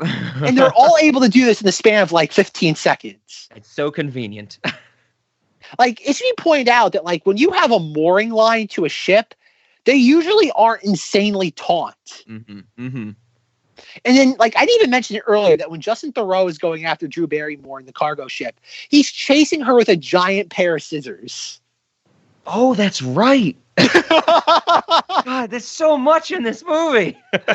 Rob, I have to say, this would make a fantastic double feature with Cat in the Hat, right? Oh, absolutely. Yeah, definitely. And I think, this is, like we've been saying, this is like a Cat in the Hat level discussion. I even think it's going to be something like a Shining discussion. Like next week, we're going to be like, oh, we forgot about this. From Full Throttle. Oh, my God. And then after they do their like skateboard, snowboard down off the mooring line, Justin Theroux just leaps like 30 feet off the ship onto the ground, shirtless, by the way. Does his Superman landing, yeah. Yep, and he's fine. He literally leaps 30 feet, and he's able to run just fine. He doesn't break a single bone in his body. He jumped 30 feet, but okay. And like Rob said, they make a makeshift flamethrower out of just like a refueling line. And as they're all running away, Lucy Liu and Cameron Diaz get away, but Drew Barrymore loses her footing. After all of this, just somehow loses her footing. And as she's like in awe watching fire, which is never explained why she's mesmerized by a bunch of fire, Justin Theroux, shirtless, after jumping from 30 feet, walks through a wall of fire. He's just unstoppable at this point. He is. He's genuinely unstoppable. And he's like goes up to her and once again, like perfect mustache twirling villain fashion. He's like, "I'm not going to hurt you, Helen, but I'm going to hurt your friends. I'm gonna make you watch as I hurt them. And it's like, oh man, like this is great. I'm like, this is where the film's like genuinely like it's not just being horribly campy, it's genuinely campy at this point. Oh yeah, 100%. And it goes into, like we were saying, Drew Barrymore's the one with a story arc. But as soon as this happens, it's got to be a cliche. It had to be a cliche back in 2003, where she's like, I have to leave to protect my friends and family, but you better believe I'm gonna come back to save the day at a certain point. And it's like, yes, of course, we understand. That's exactly what's gonna happen. Yep. Then we cut to an inexplicable scene of Bernie Mac and Shia LaBeouf playing Clue.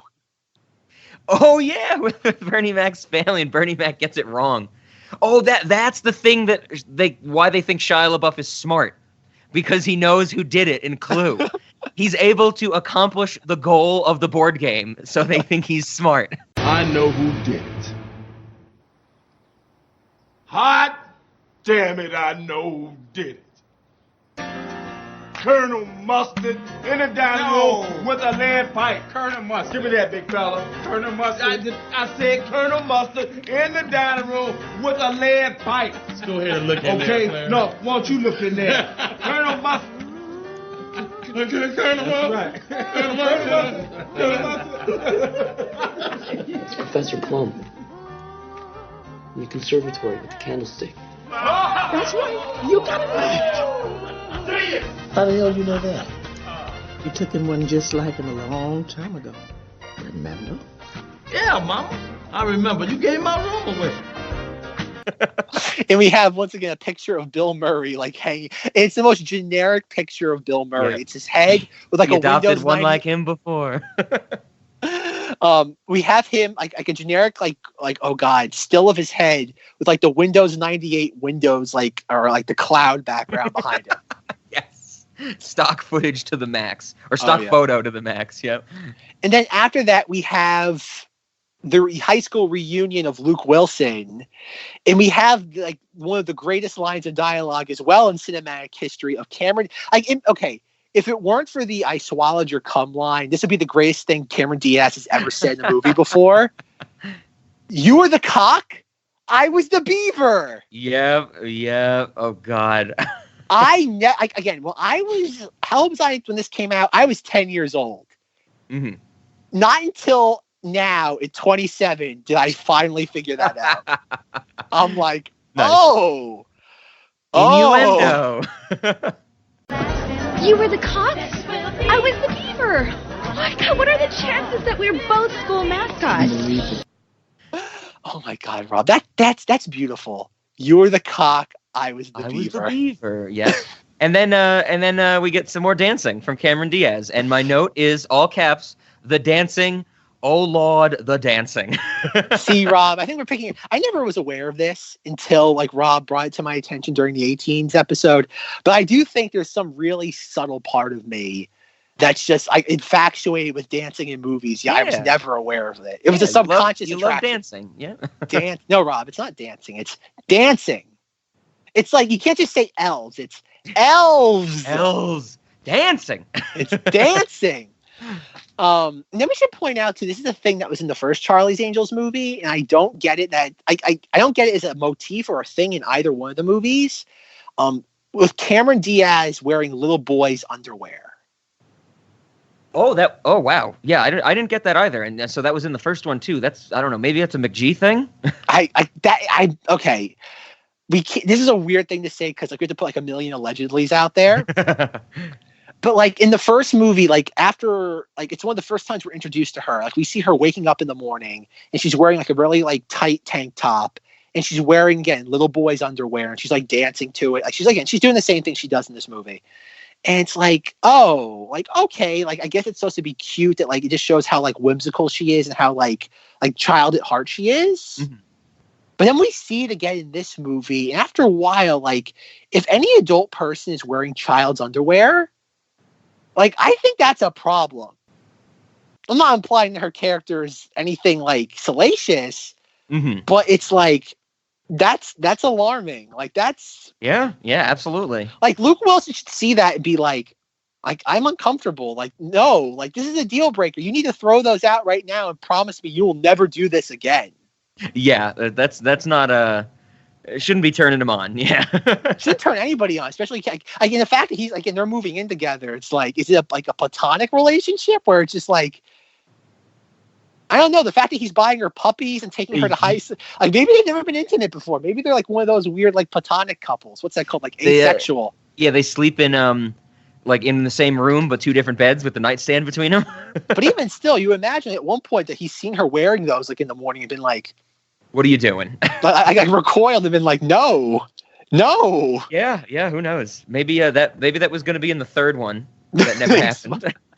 Charlie's Angels 3, Confessions of Spider-Man underwear wearing woman. Fuller Throttle. No, Rob. Fullest Throttle. Fullest Throttle. I'm pretty sure I remember reading back in the day that there was like, I think it was either Drew Barrymore or somebody had actually had titles for the third film. Oh, interesting. Because the last year's was just Charlie's Angels, right? There was no subtitle or anything. No, it's like Charlie's Angels 2019. That's kind of like... Yeah, okay. All right, but no, but I, like going back to the bathroom sequence with Cameron Diaz, I find it fascinating that it's like the 10-year high school reunion, which would imply that Luke Wilson's what? Tops like 28, 29? Tops? Yeah. And yet who we see walking into the bathroom are two guys who are clearly like in their like mid to late 40s. And I'm not sure if Rob picked up who one of them is. I didn't so. I didn't even pick up who it was until my latest viewing last night. Okay. It's Kenny Bania from Seinfeld. It's Gold, Jerry. Gold. Why do they call it Ovaltine? The mug is round. The jar is round. They should call it Roundtine. That's gold, Jerry. Gold! Yeah, I did not notice that at all. Right on. It's Kenny Bania. Ovaltine. Yeah. Why they call Ovaltine? It's circular. I love it.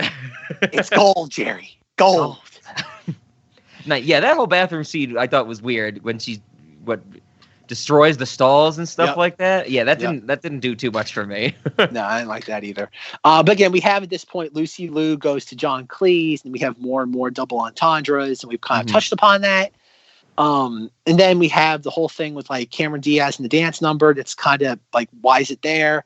Drew Barrymore leaves. The other Angels and Bernie Mac find out that like she's gone. They're like, and I love their attitude, just like, sure. She'll be back at the right moment. But in the context of the movie, they don't care. Like they are genuinely like, F it. Yeah. They do it really well with the like we said before, that scene where Bernie Mac gives the inspirational speech to Drew Barrymore, and they're all like, "Oh, we love you. You're our Dylan." Blah blah blah, and that's fine. I don't think there's anything wrong with that. Or at least it's played well. But here, it's like show some of that emotion again. Why is it so flat? Yeah, I don't get it. As if this movie had no cohesive story in mind when they went into production. But after that, we have Robert Patrick shows up and they give him the rings. And I love how Bernie Mac puts it in one of those like $5 like kids carrying cases. Yeah. I love that. It's literally like a $5 prop. Robert Forster's there for some reason in the background on the screen. I can't still figure out why the head of the U.S. Marshals is hiring like a private investigation firm to collect the U.S. Witness Protection Program list. Yeah. And then I do love, I think Robert Patrick gives a great line reading, just great performance overall, because when he's leaving, Bernie Mac is like, "You forgot your keys." He throws his keys. Robert Patrick catches it. That's how the Angels are like, good catch for somebody who, broke a few ribs the other day. But before they say that, and which is how they get to the next whatever, they know he's bad, the next set piece, is we see Bernie Mac throw the keys, Robert Patrick catches it, holds his arm in the air for a good 5 seconds as there's cuts to other characters, and then we get a wide shot of the whole room. He puts his arm down and goes, "These aren't mine." I laughed so hard. The way he delivers it is perfect. It's like literally he's like, "I do not want to be in this movie anymore." It's delicious. I love it. I love it so much. Oh, the keys.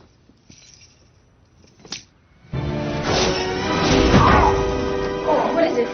My rift.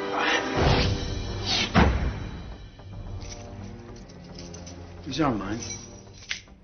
And the best part of this whole sequence is beyond the like this flat delivery is why is this here? Why was Bernie Mac throwing keys to somebody? Yeah, because he doesn't even like. They're like, "Good job, Bosley," and he's like, "What'd I do?" You know? Yeah, like it wasn't even like keys were those. At no point up into this point in the film were we supposed to think Robert Patrick was a bad guy. Like Robert Forster doesn't think he's a bad guy.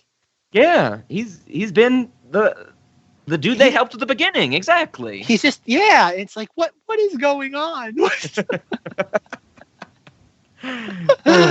It's I love that so much. These aren't my keys. Yeah, that was perfect. It's as if Robert Patrick all of a sudden just woke up from the coke-induced days that he was in for the last how many weeks of shooting. God damn it, I was in Terminator 2. Now I'm doing this. And then we have the weird scene where they're chasing him in his car, Lucy Liu and Cameron Diaz, and she's like in a roadster, and Lucy Liu's like on this weird like luge machine, and then like Robert Patrick's like easy as pie, and I love how he's holding the rings. He's driving at 40 miles per hour, and he's holding them outside the moving car. Yep. Not the best way to take care of that property. I would have loved it if we had a moment in this film where where Lucy Liu hits the rocks in the road, they fall out of the car, and every single character goes, shit. And every character's like looking for them. It's like Robert Patrick has to call back Demi Moore, and it's like, I lost the rings. Yeah. Where'd you lose them? On the highway. We're all looking for them. I'm not sure what's going on. Oh, that's great. But like even this sequence makes no sense because like he's driving away and he's like, Demi Moore, I got the rings, despite the fact that you already had the rings. And makes no sense. And then like the whole point of Lucy Liu on the luge device plugging into his car is like, oh, so we can track like who's he calling. Yet Robert Patrick goes like encrypt the phone line. Oh yeah, that's right. Yeah, tech talk. That makes no sense. Like, how are you? Like, if he's like on an encrypted line, there's nothing they could do to break that. Yeah, exactly. And then two, he has a cell. Is this 2003? There's no such thing as car phones anymore. Yeah. So his entire thing is being routed through. I know he has like an earpiece, but like it's on his cell phone. Yet Lucy Liu is plugging something into the car. What's the car telling her? What is going on? Oh, that would have been great if it's like, I can't hear what he's saying, but now the car's leaking oil. I think I might have cut his brakes. Wouldn't that have been great? Like, well, like they make Bosley sit there, like stop the traffic for the kids. It's like, I can't brake. Oh, that another nonsensical thing in this movie. He's a crossing guard on the highway? Yep. Yeah. Oh no, it's in the middle of like the desert or something, and there's a bunch of kids going to school. I could make an entire Room 237 level documentary on Bernie Mac in the crossing guard sequence. Oh, it's insane. Because while this is going on, they're like, Bosley, we need you. You might have to stall him. And the kids are all sitting there, and you have the one little black kid that's like, you don't mess with the black man's do. And it's like, okay, that's cute.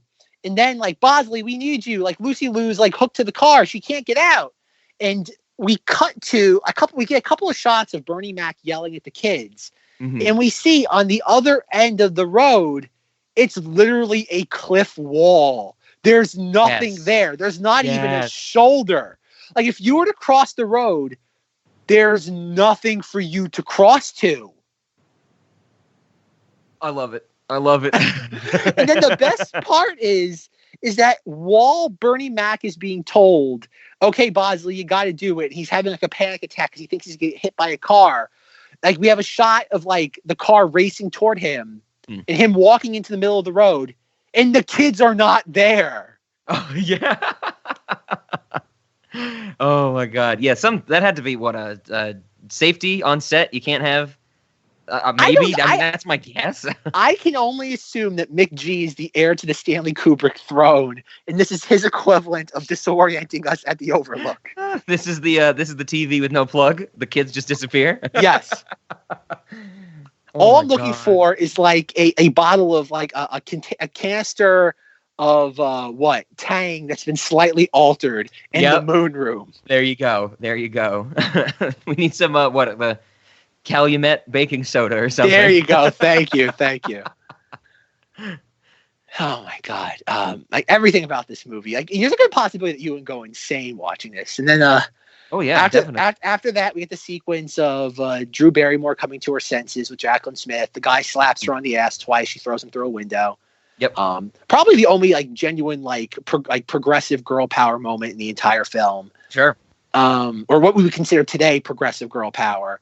We have Robert Patrick. Demi Moore's like standing on top of Griffith Observatory. She shoots him in the chest twice with her giant like golden Desert Eagle like handguns that there's no way she could be able to hold up for as long as she does. I'm just laughing. I'm thinking McG with Robert Patrick is like, we're gonna go to the Griffith Observatory, like the beginning of the Terminator. And Robert Patrick's like, I wasn't in that one. What's wrong with you? I would love to make that. Like, we have to insert that as trivia on IMDb. Numerous times on the set, McG deliberately designed the Griffith Observatory sequence to be reminiscent of Robert Patrick's role in Terminator 2, much to Robert Patrick's frustration that was not the film he was in. Oh, that's awesome.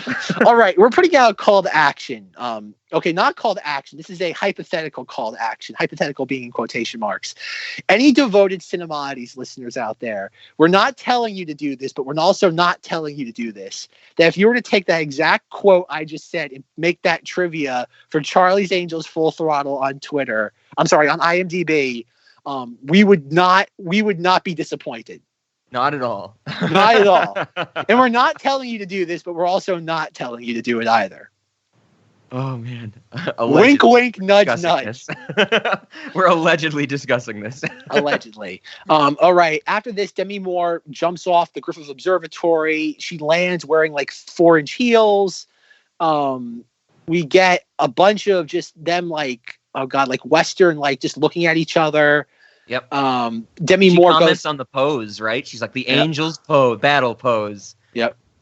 Somehow, inexplicably, Drew Barrymore's behind her, despite the fact that it's physically impossible. Yep. She catches her like mid like kick, twist her ankle, throws her like at the others and like kicks her.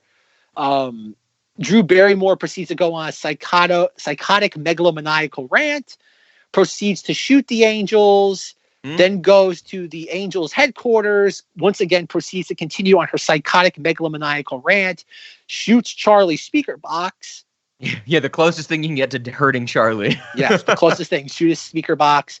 She goes there while fingering her giant firearm, walks away. The Angels, we see them wearing the Kevlar bulletproof vest. Yeah, that Bernie Mac had no clue why they would ever need it.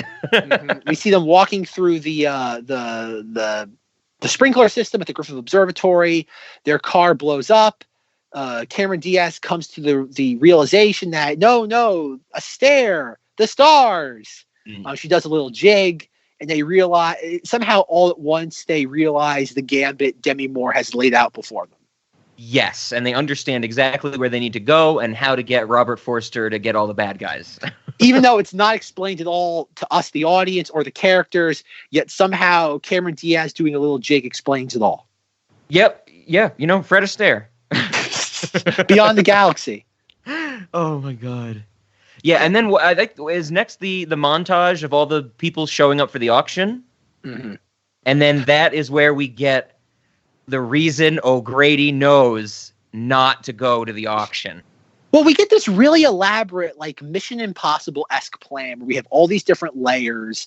It's so convoluted it makes no sense. Yeah, sure. It's like it's Mission Impossible, like of the early like Tom Cruise era, like 1 and 2, where like it really was getting stale and tiresome.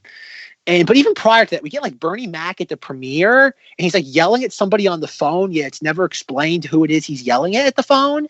And yet, like he thinks his mother starts getting mad at him for saying things like, "Oh, like shut up," and she's like, "You must be out of your mind." He's like, "Yes, no," and Shia LaBeouf is there, just like starstruck, just staring at things. Yeah, they all got invitations to this premiere somehow. Somehow, despite the fact that Matt LeBlanc has never met Bernie Mac Yeah. Or Shia LaBeouf or any of those characters. He only gave when Matt LeBlanc shows up when at the beginning when Cameron Diaz and Luke Wilson are moving into their house. He just gives 3 tickets to the Angels, right? Yeah. And, so and probably Luke Wilson too. And then he's like, probably Luke Wilson, who is he's there at the end, of course. He has to do at the very end.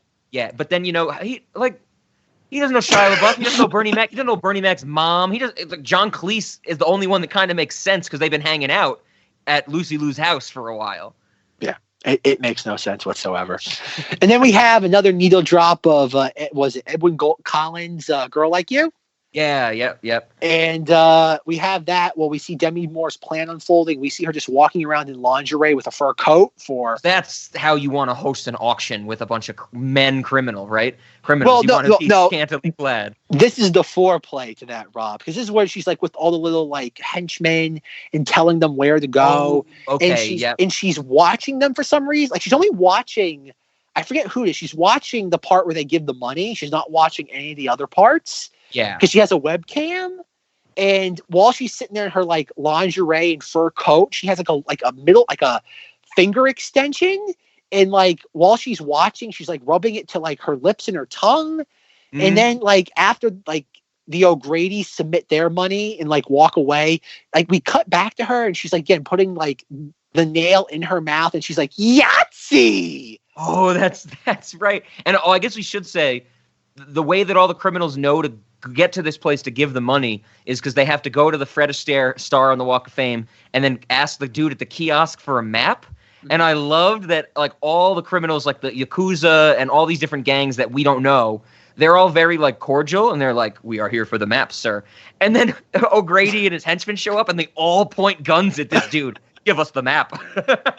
I love how Justin Theroux and his entourage, that's what they do for everything. They just point guns at people. Because at one point he even cocks the shotgun and puts it into the face of the black guy. And it's like, what is going on? Yep. That's the weird thing too, is that like Demi Moore is literally watching all these steps unfold. Yet she doesn't know that she's being played. Exactly. It makes no sense. But she knows she's being played because she's on the other rooftop with the telescope. Yeah, exactly. So she knows she's being played. Like what's the end game? She's dumb. She's just dumb. She doesn't have a plan. She can't figure this shit out. She was reckless in the DeSoto case. Come on. What are you doing? I do want to point out 2 things before we get into like the climax of this film. Is I love how Crispin Glover just inexplicably appears at the premiere with a giant like old-timey camera with the giant flash. Oh yeah, looks right at the camera. And he's smoking a cigarette while he's doing it. And I'm like, oh good, they're bringing him back. Perfect. And that's how they establish it. Like that's what I mean. I honestly, I think you go through Crispin Glover's filmography and you won't find another film that utilizes him as well as this movie does. Even like Willard, I don't think uses him as well or as potently as this film does. Yeah, I haven't seen Willard, but I should check it out. But you're absolutely right, 100%. Yeah. And then again, getting to another great plot point in this film. Well, what about Back to the Future 2, where they just used footage of him from the first movie and he sued the shit out of him? Well, what happened was, I don't know if it was footage, but they put an actor, they got an actor, and they put a ton of prosthetics on that made him look like. Oh, okay. And that's what it was, because like it was this big thing where it's like, so like, where's the line drawn in Hollywood? Oh yeah, it was the that's why the likeness, using people's likeness. Yeah. Yeah, it was like one of those things where like you just can't do that, because the thing about it was like I think the stories I've read for Back to the Future Part 2 was that like George McFly was gonna have a huge role in the sequel. Okay. But like it was a huge power play as well for Crispin Glover. He's like, okay, I want to be paid just as much as Michael J. Fox, or pretty close to Michael J. Fox, and they're like, screw it, we'll kill you off then. And that's where that came from. Oh, okay. Because I'm pretty sure he won that case.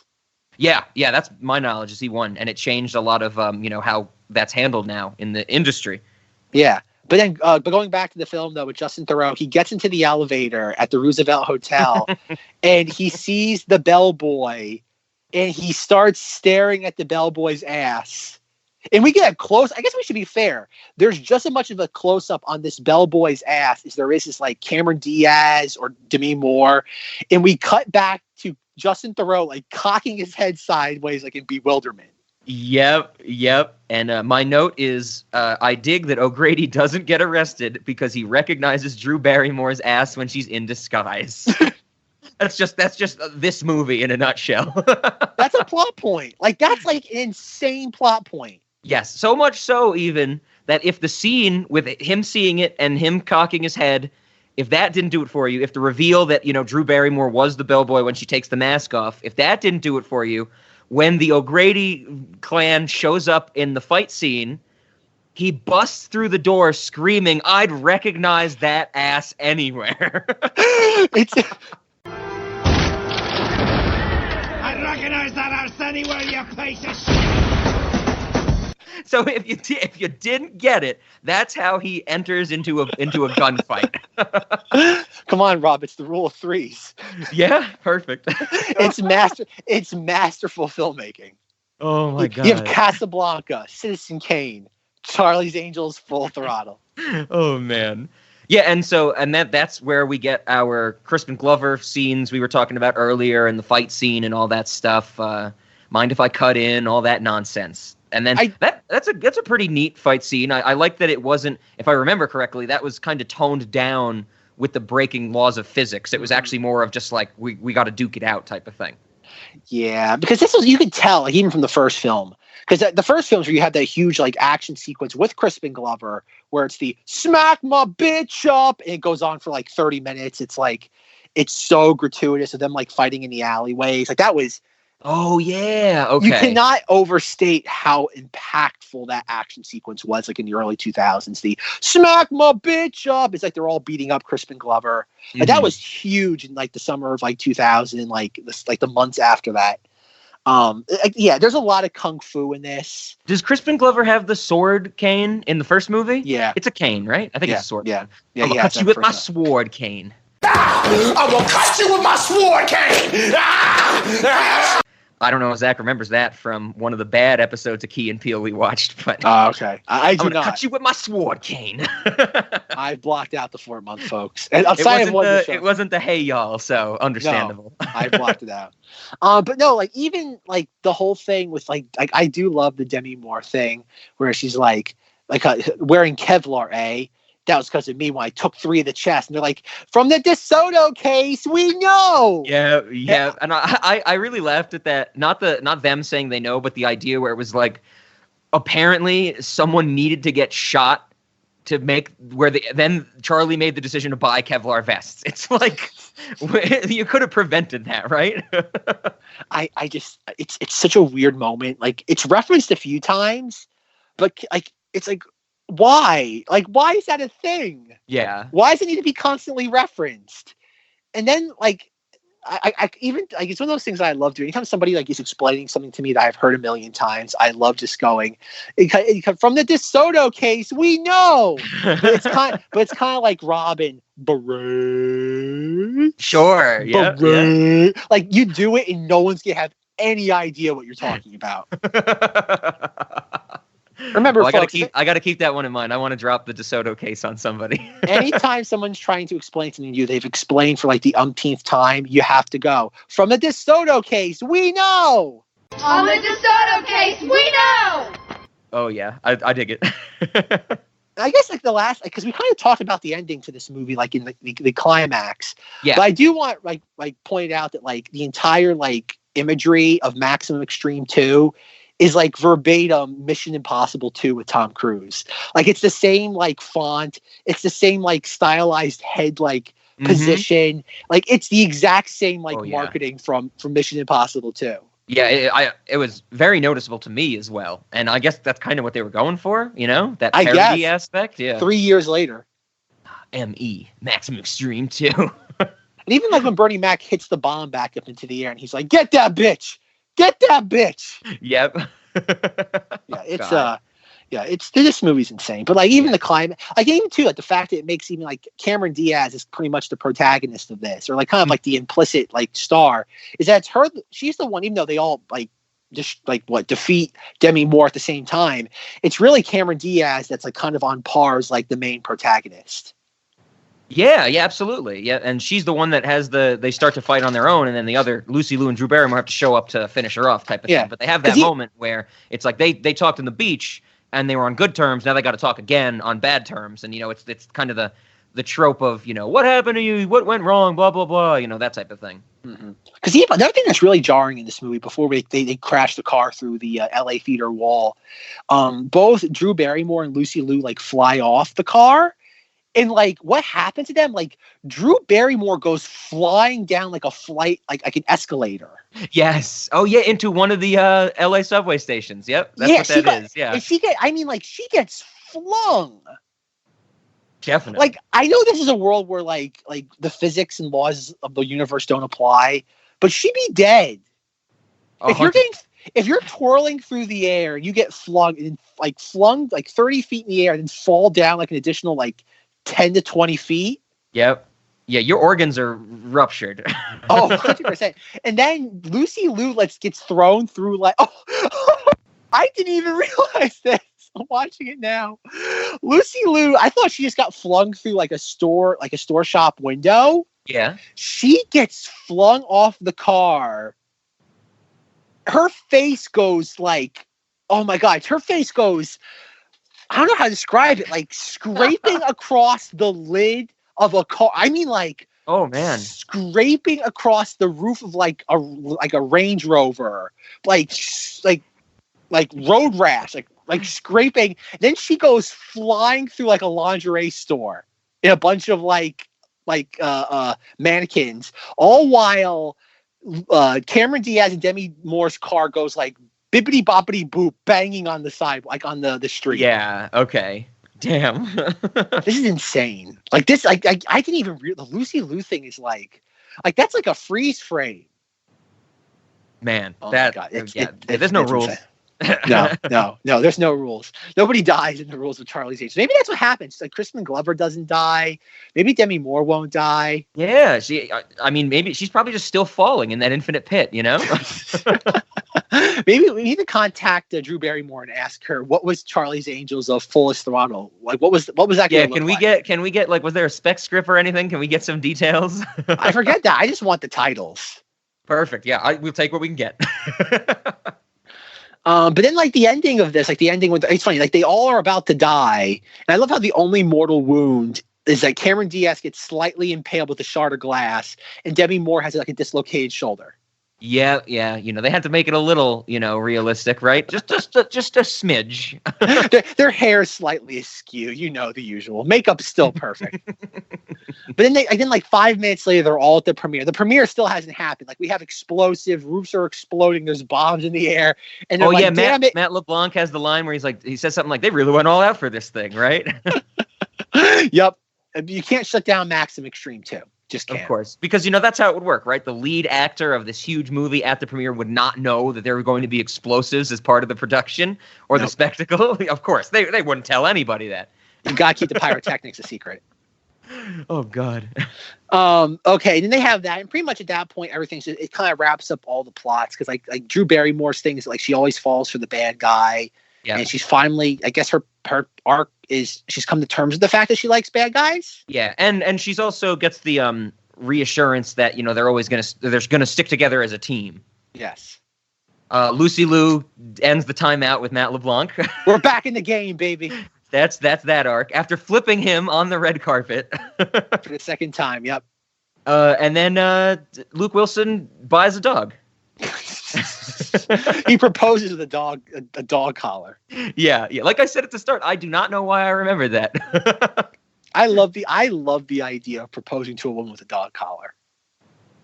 He does that because he does the whole get down on one knee thing and then stands back up, right? Yep. And Cameron Diaz is not disappointed or misled at all. She sees a man that she just moved in with on one knee with a small box, and she's like, "Oh, a dog, of course." Yeah. Oh, God. Logical extrapolation from those actions. And of course, we wrap up the most important arc in the film that everybody cares about: the Bosleys adopt Shia LaBeouf. One would have to guess that the plot of the third one would be Shia LaBeouf would be Bosley, right? Oh yeah, not the plot, but that would be an element of it. He would be the Bosley. Okay, I could see that. Yeah, and I love that. I don't. Adoption, from my knowledge, is a lengthy process. 1, how did they do it that quickly? 2, how did they get confirmation while they're at the premiere? Like, when you have to go to an office or get like something in the mail. Rob, this is the world of Charlie's Angels. There's no such thing as paperwork. They're just like, screw it. This dude, Bernie Mac just brought a random white dude from his work into our home. He was good at one game of Clue, so we're going to adopt him. Well, my question though is that, like, it says Max Shia LaBeouf is in witness protection. Wouldn't that mean he already has a family? You don't just get put into witness protection. Absolutely. So they would have to be housed somehow. Who did Bernie Mac steal him from then? That's the best way to phrase that. There's a very real possibility that they basically stole Shia LaBeouf from his adopted family. Yeah, that's a good point. That's the plot of the third one. Whoever they took Shia LaBeouf from is trying to get him back, and it's going to be like more Bosley centric. Oh no! But like at the very end, we have, like you said, the wrap up of Bernie Mac and his mother with the angels. He's like, "Did you get that squirrel flying lady? Yeah. Did you scratch her? Yeah. You kick her ass? You kicked her kung fu ass? Yep. Mama, I told you." And the mother's like surprised. And she's like, I know it. It's like, what? And that's how the movie ends. Yeah, and it just everything, all's well that ends well, right? And then, well, Rob, I forgot. We end with. Oh yes. We ended with Elizabeth Banks. Yes, we end with Elizabeth Banks' greatest moment in cinematic history. A gratuitous tits and ass. Women in scantily clad outfits with wet shirts cleaning a sports car. Yep, intercut with our bloopers, right? With our bloopers in Journey's Any Way You Want It. Yes, that's right. Because why Another wouldn't it be very strange choice. I want it on the record that in the behind the scenes features, there's like a 30-minute featurette where it's Mick G with the music consultant or supervisor for the film, and they explain every needle drop. But oh my God. It's only about like 30 seconds to a minute each one, but each one is done like in an early 2000s fashion, where like the camera like zooms in through, like, I guess it's supposed to show that it's like candid, like fly on the wall footage. Mm-hmm. And it begins with like the camera like spinning through like the keyhole, and then like doing like weird like zips and turns. Like imagine like theme park like motion simulator, like just like the camera moving, and like everything after that is Dutch angles of like McG and the music supervisor. Oh my God. Did they talk? I didn't pick it out in the movie, but I always, like to look at the soundtracks and stuff. I do on the soundtrack. Saturday Night's All Right for Fighting is on there, the Elton John song, but it's not. It's a cover performed by Nickelback and Kid Rock. Oh yeah, they talk about that. They do that atrocity. They do.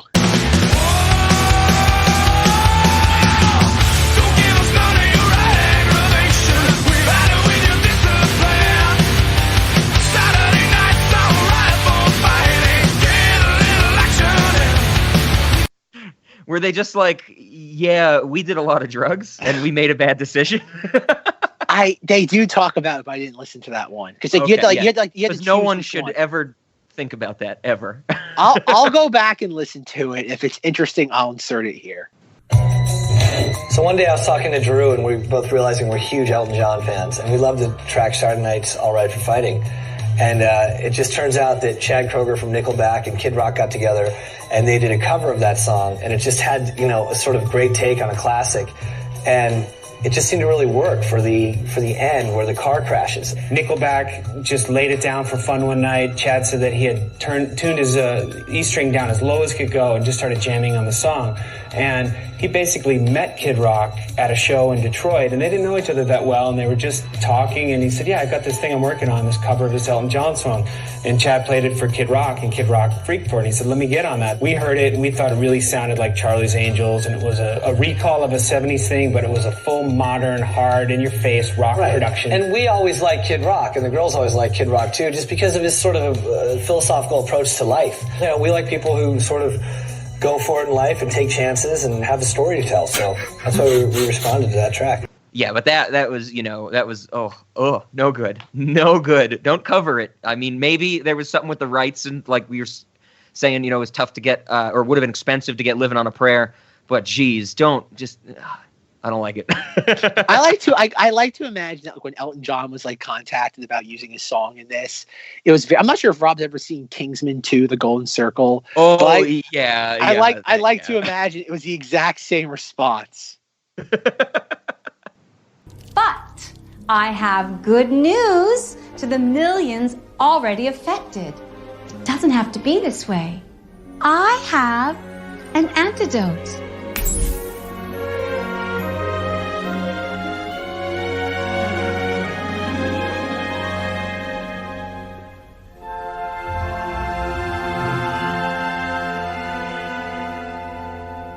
What have you done to me, you fucking bitch? 100% effective and ready to ship out worldwide at a moment's notice. You have my word. I will do this. If the following conditions are met. Get out of my fucking room! When Elton John stops the robot dog, I was just like, come on, movie. Every moment Elton John is in Kingsman 2, I think is like a bad movie, but every moment with Elton John is priceless. Oh yeah, true. Yeah, I liked them. They were both all right, I thought. But yeah, after that we have bloopers. We see Melissa McCarthy. Apparently, Melissa McCarthy was in a cameo in this, and it was cut from the film, and she was also in the first film. Yeah, I read that because on the credits it's like when I was reading about it, it's like she was a different character in the first film, and then she's only in the bloopers for this because of that cut scene. And I was like, okay, I guess early 2000s Melissa McCarthy. What else was she doing, and other than like little minor background comedy roles, right? Apparently, what I read is like she was like really good friends with the screenwriter, and he got her cameos. Oh, okay. I'm not sure they got Melissa McCarthy cameo in the second one. Gotcha. Interesting. So yeah, there you go. That's Charlie's Angels Full Throttle. It's tune in next week when we remember what we forgot. I wanted when I bought this on Blu-ray a couple months ago. I don't want to say that I regretted it, but I was kind of like, I already have this on. This is one of those movies that like I had on DVD, but it was like one of those I think I mentioned it last week, or maybe I didn't. My father and full screen DVDs. Mm-hmm. Did I mention that last week? No, I don't think that came up. All right. So back in the day, like my father had Rob's seen it, the big TV set. It's one of those projection screen TVs. It was my father's. Yeah. It was I think I've told this story before on the podcast, so I'll be abridged with it. But like it was his baby. And like back in like the 90s and 2000s with DVDs, they had full screen DVDs and widescreen DVDs. And my father would only allow me to, or not even, it wasn't allow. He indoctrinated me with the belief that they only made widescreen DVDs to burn a black image onto your projection screen TV. So you would be forced to buy a new one sooner, which is horribly wrong. That's not true at all. So for the longest time, my entire movie collection was all full screen DVDs. Mm-hmm. And as anybody can tell you, that's awful because you're basically losing a third of the picture on either side of the screen, the left and right. True. So I've had to rebuy a bunch of movies over the years because I was missing so much of the image. Yeah. So that's what kind of led me to buy Charlie's Angels Full Throttle. I'm like, okay, it's a DVD. It's full screen. It's only $10. Why not? And I've never been so glad with a purchase like this before. I've gotten my money's worth out of this in the last 2 months, just constantly rewatching it. Like, this is one of those movies that I'll never get tired. Like, there's a lot of movies we talk about in Cinemoddities that, like, after I've watched them, I've kind of put them to bed where I'm like, okay, not that I don't want to watch them, but it's going to be a while until I want to revisit them. Yeah, you got to let it settle. Yeah, absolutely. Sure. And this is one of those movies that, like, I could very easily pick this up again because it's just so goofy. Yeah, I totally agree. And I guess this is a good transition into our questions. But, this is something that, like, I think that's why I remembered some of this. Like, once it was an HBO Saturday night movie, they would start to just play it at random times. And I remember, like, I would tune into it, I don't think I was tuned in back in the early 2000s with how goofy it was and crazy. I liked it just for action reasons, I guess. And yeah, I mean, like Zack said, we were 10 years old, 2003, and I was seeing it, maybe 2004, 2005. I was into Lucy Liu. That was a very formative time of my life for sure. Being 12, 13 years old. And so, but now when I watched it, I was like, this is, like I said, guilty pleasure. It's good fun. And it moves, there's so many set pieces. It never drags. Like, this is something you can throw on and, it just kind of, it'll go quickly. It's not like you're bored. And it seems like every time we watch it, we're going to pick up on new weird minor details. Yep. Yeah. It's not as dense as Cat in the Hat, but it's pretty close. It is. I think Cat in the Hat is, the top tier of that status. And this is a close second for sure. Mm-hmm. So Rob, Cinemoddities and or late night movie? All right. Cinemoddities, I give it a huge, resounding yes. This is a ridiculous, unrealistic action movie / strange comedy. It's a McG film. And like I said, what the fuck is a McG?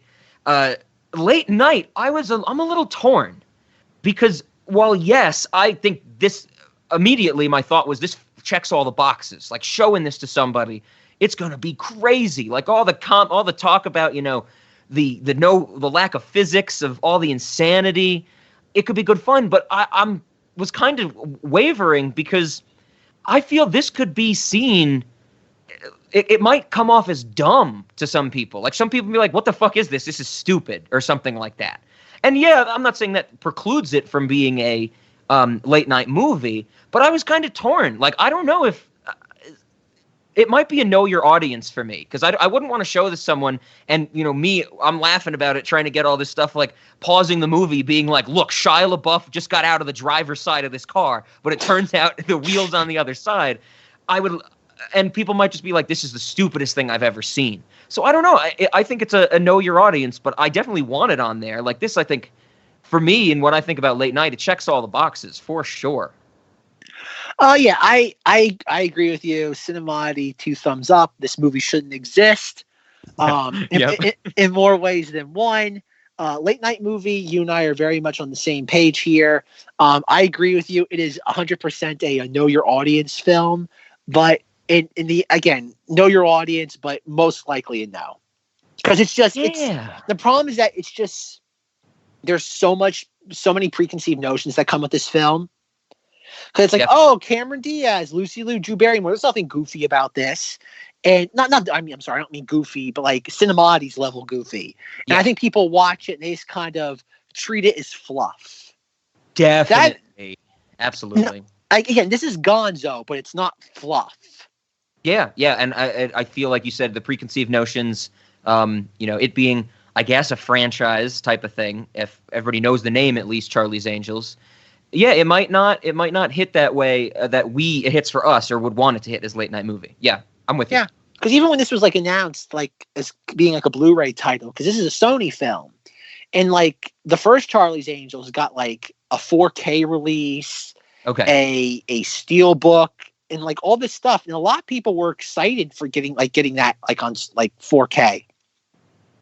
Damn. And nobody cared about the second one. Like, don't get me wrong. There are people like in the comments section on Blu-ray.com being like, "Oh, I like it for what it is." It's like insanely goofy and fun. Even the podcast I listened to over the last few days, like trying to get a feel for this movie, they all acknowledge it as like a guilty pleasure, fun romp. But I think that's kind of the status this film is doomed to kind of like linger in. It's going to be a guilty pleasure romp, and I think any level that Rob and I are viewing it as, like Cat in the Hat, like this weird, like surrealist, I don't want to say masterpiece, but surrealist. Oh God, what's less than a masterpiece, Rob? Like on a ranking scale, like just use a different language. Just say magnum opus. No, I don't want to say magnum opus because it's not I guess it's an opus. I guess it's like it's opus, good, but it's not the greatest. Like, it's surrealist good. Yeah, absolutely. And I guess that's something I did definitely want to say. I think what we said last week or 2 weeks ago, I went to Dropbox, saw this, that Zack had sent this to me, and I texted him like immediately, "Why the fuck is this in Dropbox?" I was not looking forward to it, but I am very much glad we did it now. I guess that's the thing with late night movies. Like, if you have the opportunity to show someone a surrealist, big budgeted film from 2003, you'd have to pick Cat in the Hat over this. Like, if you had to choose between Cat in the Hat and this, there's no way you could pick this over that. I would agree. Yep. But the double feature, like we were saying before, double feature that would would be work fun. very well. Yeah. I think would you start with Cat in the Hat and then do this second, or would you like? I don't know which one. Yeah, that's a good question. Which one would go first, or do you just put them like screen by screen at the same time? You do a room 237. You have them overlap each other.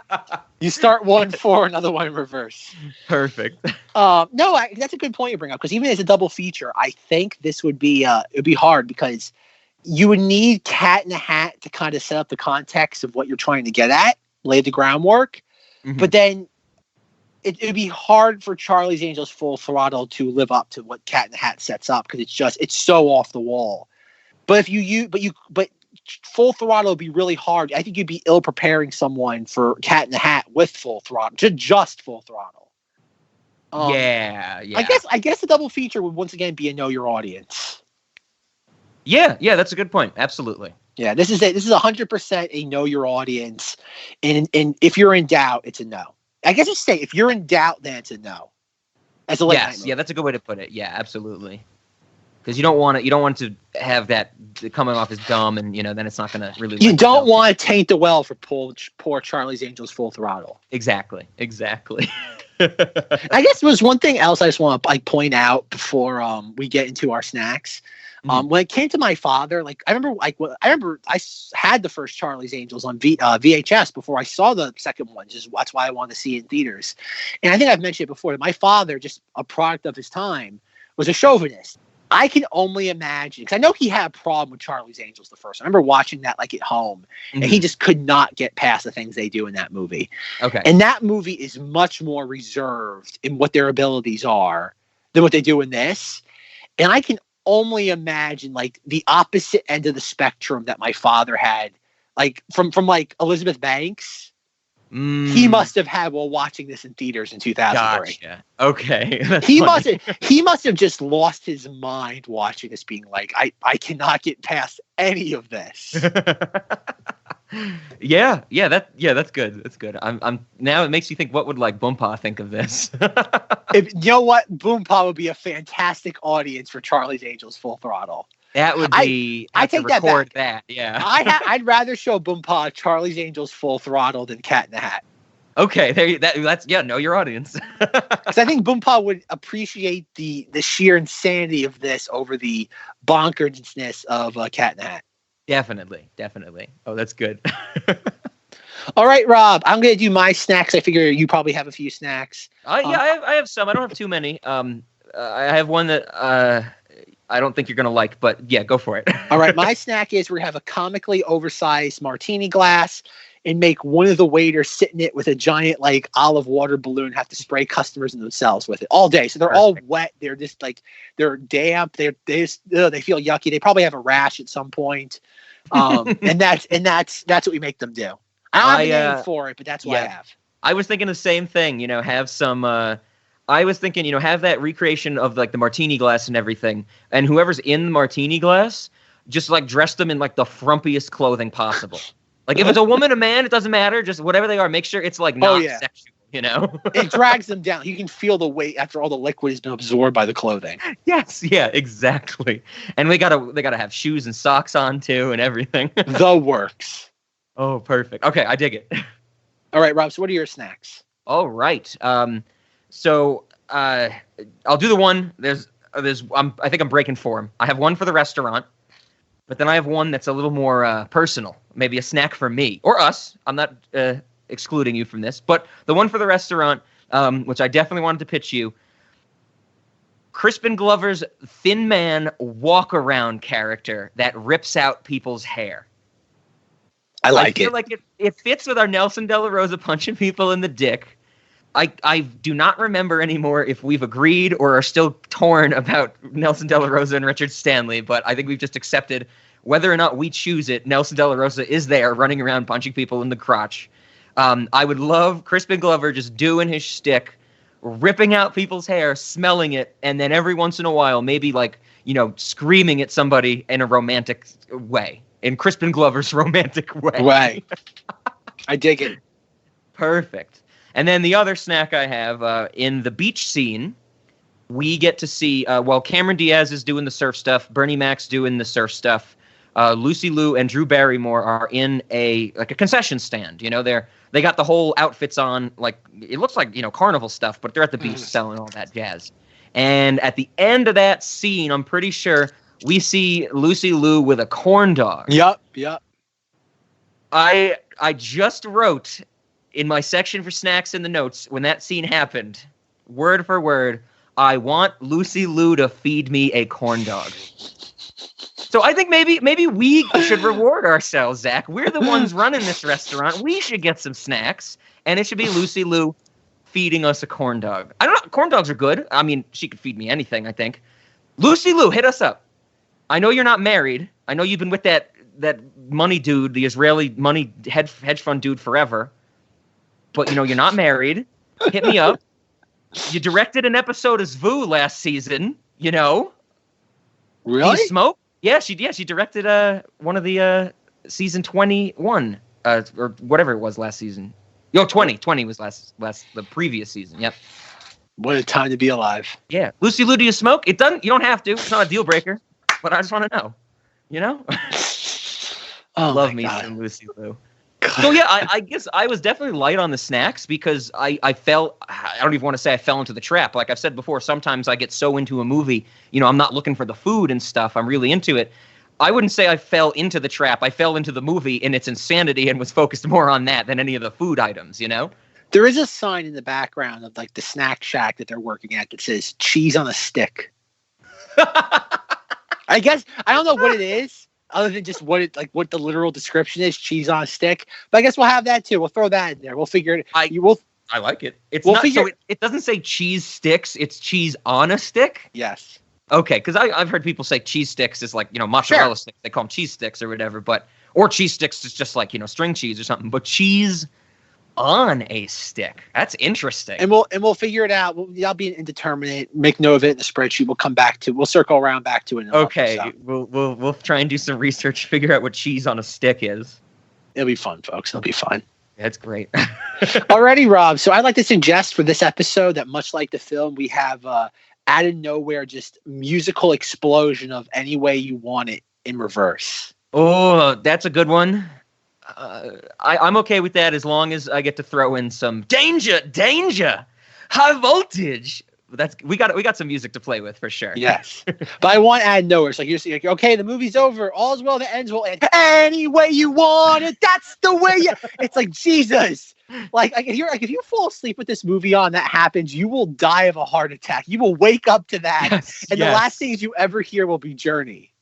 Like it's so jarring. Like it's just like the music starts to slowly fade out as the camera pans out. We see them all together at the premiere, and it's like da da da da da. And then any way you want. It's like oh God.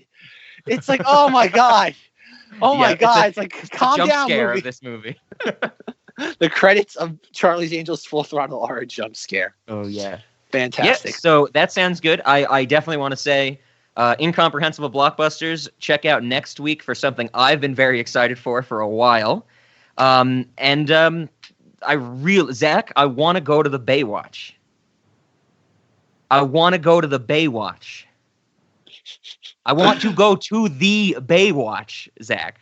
Have you watched it yet? Have you watched Giggly? I have not. Okay. Well, I want to go to the Baywatch. It should be pointed out that Rob is kind of like on probation now when it comes to not, I guess more of a light probation because now he got to choose this film and he quasi chose the last episode of Incomprehensible Blockbusters. Yeah. Quasi. Yeah, he had at least like a couple fingers on the steering wheel this week as opposed to being like straight jacketed like in the back. Yep. I want to go to the Baywatch. Any way you want it, that's the way you need it. Any way you want it.